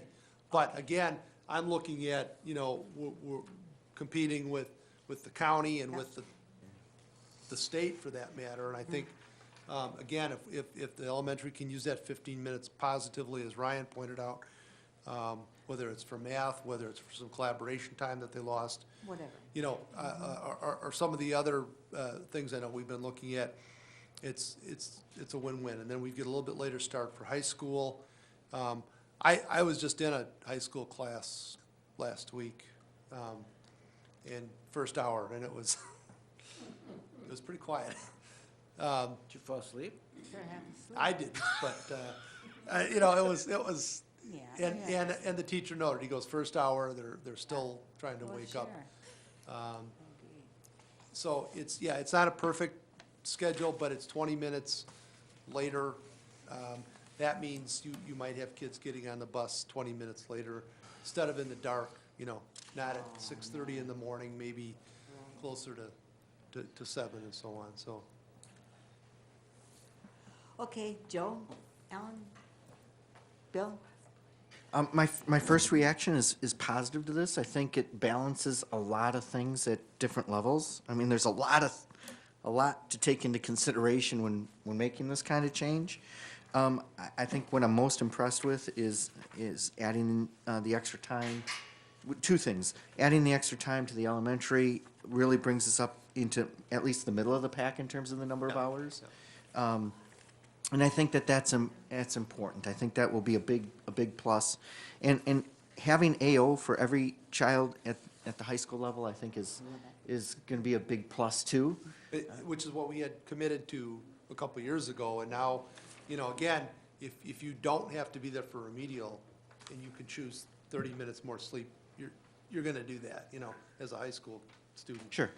This Not all, but yeah, you know, we saw some good, Right, some right, decisions yeah. being made earlier by some students, but, you know, having it essentially be in the, well, either after lunch or third hour, will allow everyone to have access to it. And I know it's a short period of time, but if a student needs to work on something in particular and they choose to, or, you know, they have to, it's really important. But then there's also that enrichment aspect, and I think you'll probably see that enrichment now start to catch up a little bit more. Now, Right. how do we create those enrichment opportunities in the middle of the day might be a challenge for our administrators. Maybe not, but I really Well, think that and would help. Yeah, I'm looking at our non-core, you know, our music classes, our non-core classes, Right. which students may want to come in and do something for, whether it's. Yeah, whether can it's an ensemble practicing get or- together real, you know, for that 20, Yeah. 25 minutes and pound out at least a little bit of And- practice? And I you know, think or by whatever. having every student involved with it, you're more likely to get that than having them try to Yes. come Yes. early in the morning. Sure, sure. Dr. Langell? Two questions real quickly, Todd. I'm assuming here, since you exempted middle school until fall of 15, that high school and elementary, we're looking at implementation fall of 14. That would, correct. Okay. I just haven't had time to kind of really work through a revised schedule with the middle school, but they could stand to use some additional time too, Sure. And compared to I the don't wanna others. second Yeah, guess this, yeah, I know you worked yeah. hard on this, and thank you for it. The one thing I would say, and I know it seems like a long time ago with my kids, and actually I had a more forgiving schedule than most moms or dads. Right. But, you know, I think 8:40, a lot of parents would love it if it were earlier. Oh, Boy, oh boy, that's- more than a lot. That was the message I got over and over. But, you know, like some districts, it is swapped, where elementary is starting, you know, around 8 or shortly before, and high school starts a little bit later. Because Now, that's the parents that need to work at 9 basically. right. start at So we would have to take a look at that again. If we're out an hour later at high school, that really causes some problems with after-school events. Mr. Baumgart? Todd, on the high school, it says that we're not losing any instructional time yet. We moved the starting time back 20 minutes. We're losing the dismissal time back 15 minutes. There's 5 minutes missing in Well, there. we're looking at doing some things with tying in the AO right after lunch so that, you know, you could You're gonna get- eliminate one 5-minute passing time, was that? And so that was where You're you getting make it during the up. day. Yeah. The other thing, I didn't see, you had a 3:05 listed on that as dismissal time, yet all of your schedules ended later than that. That's, the correct time would be 3:05, and I think the high school principals were kind of playing with some different options, so. But Okay. it would have to be 3:05 in order to make it to work. All in all, Maybe 3:10 possibly, but. All in all, I think you're moving in the right direction. Right. We have a few more issues to work out, I'm sure. but we'd like to bring it back next month if Yeah. everything falls into place. Todd, have you discussed this with the bus company? Yes, that's where we're getting, that's the first conversation is, can this work? You know, And so with they. the, with a 3:25 dismissal for elementary, will they get home before dark? That's. A 3:40?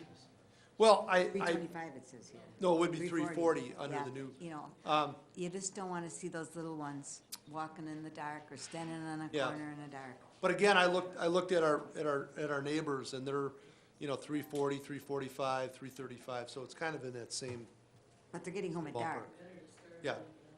Yeah. Okay, this is a good idea, and we can continue to talk about it. Joe? Now, Todd, you've gotten some feedback from some parents, right, on Right. your advisory committee, the superintendent advisory Right. committee, which has a representative from each school. Do you plan on trying to get feedback from parents in any Well, other capacity? Or you know, the one that, it'd probably be elementary that it impacts. It really doesn't impact high school that much. But, you know, I've asked the principals to talk with staff and others to see where that is. I will say this, I have received some information from staff members who are also parents in the district. That's right. That they like the little bit later start at high school, so.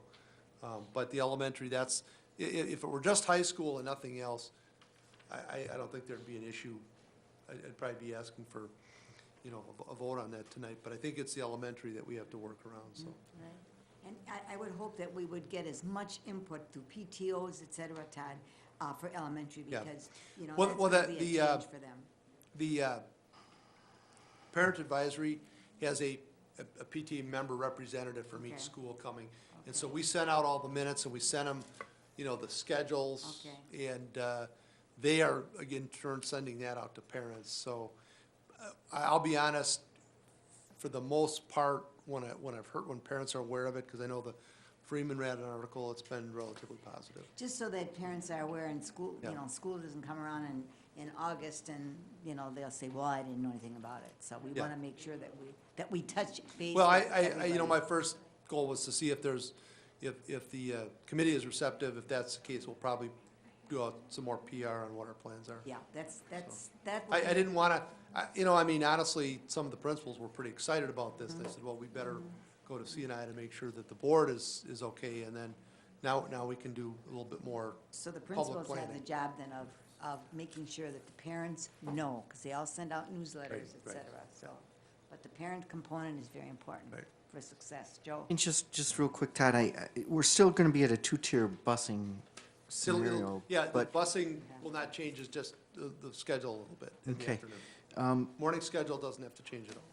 possibly in the future, would we be looking at a three-tier busing or not? I don't. And that's know. where we get a little, Yeah, we get some yeah. savings in there, but Yeah. I just didn't know if that was something that we were considering or not, but, I know they're always looking at it, but I don't know whether it's okay. next year. I didn't know if that discussion started. And I'm so. hoping that once first student has a year under their belt, they're able to see some efficiencies, and that might be one of them. So are we pretty much giving Todd the go-ahead to proceed with this? Well, I'm just a just, discussion item. I'm just, you know, if Just a you're receptive discussion. to it, we'll continue our planning and bring it back. next Okay, month. okay. that- And I think Barb's point, you know, I'm sure you know it, was a good one. I think, you know, look at what happened when all of a sudden people said, oh my gosh, there's a cell phone tower. Yeah, yeah, Contaminating our students. right. I think that, the idea of kids, you know, they get out of one right. till 4, they're not gonna get on the bus till 10, probably.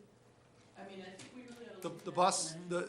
the bus would roll out at, right now it rolls out at 3:32, and we would be looking at 3:42 or something. I mean, relatively quick, 3:45, so.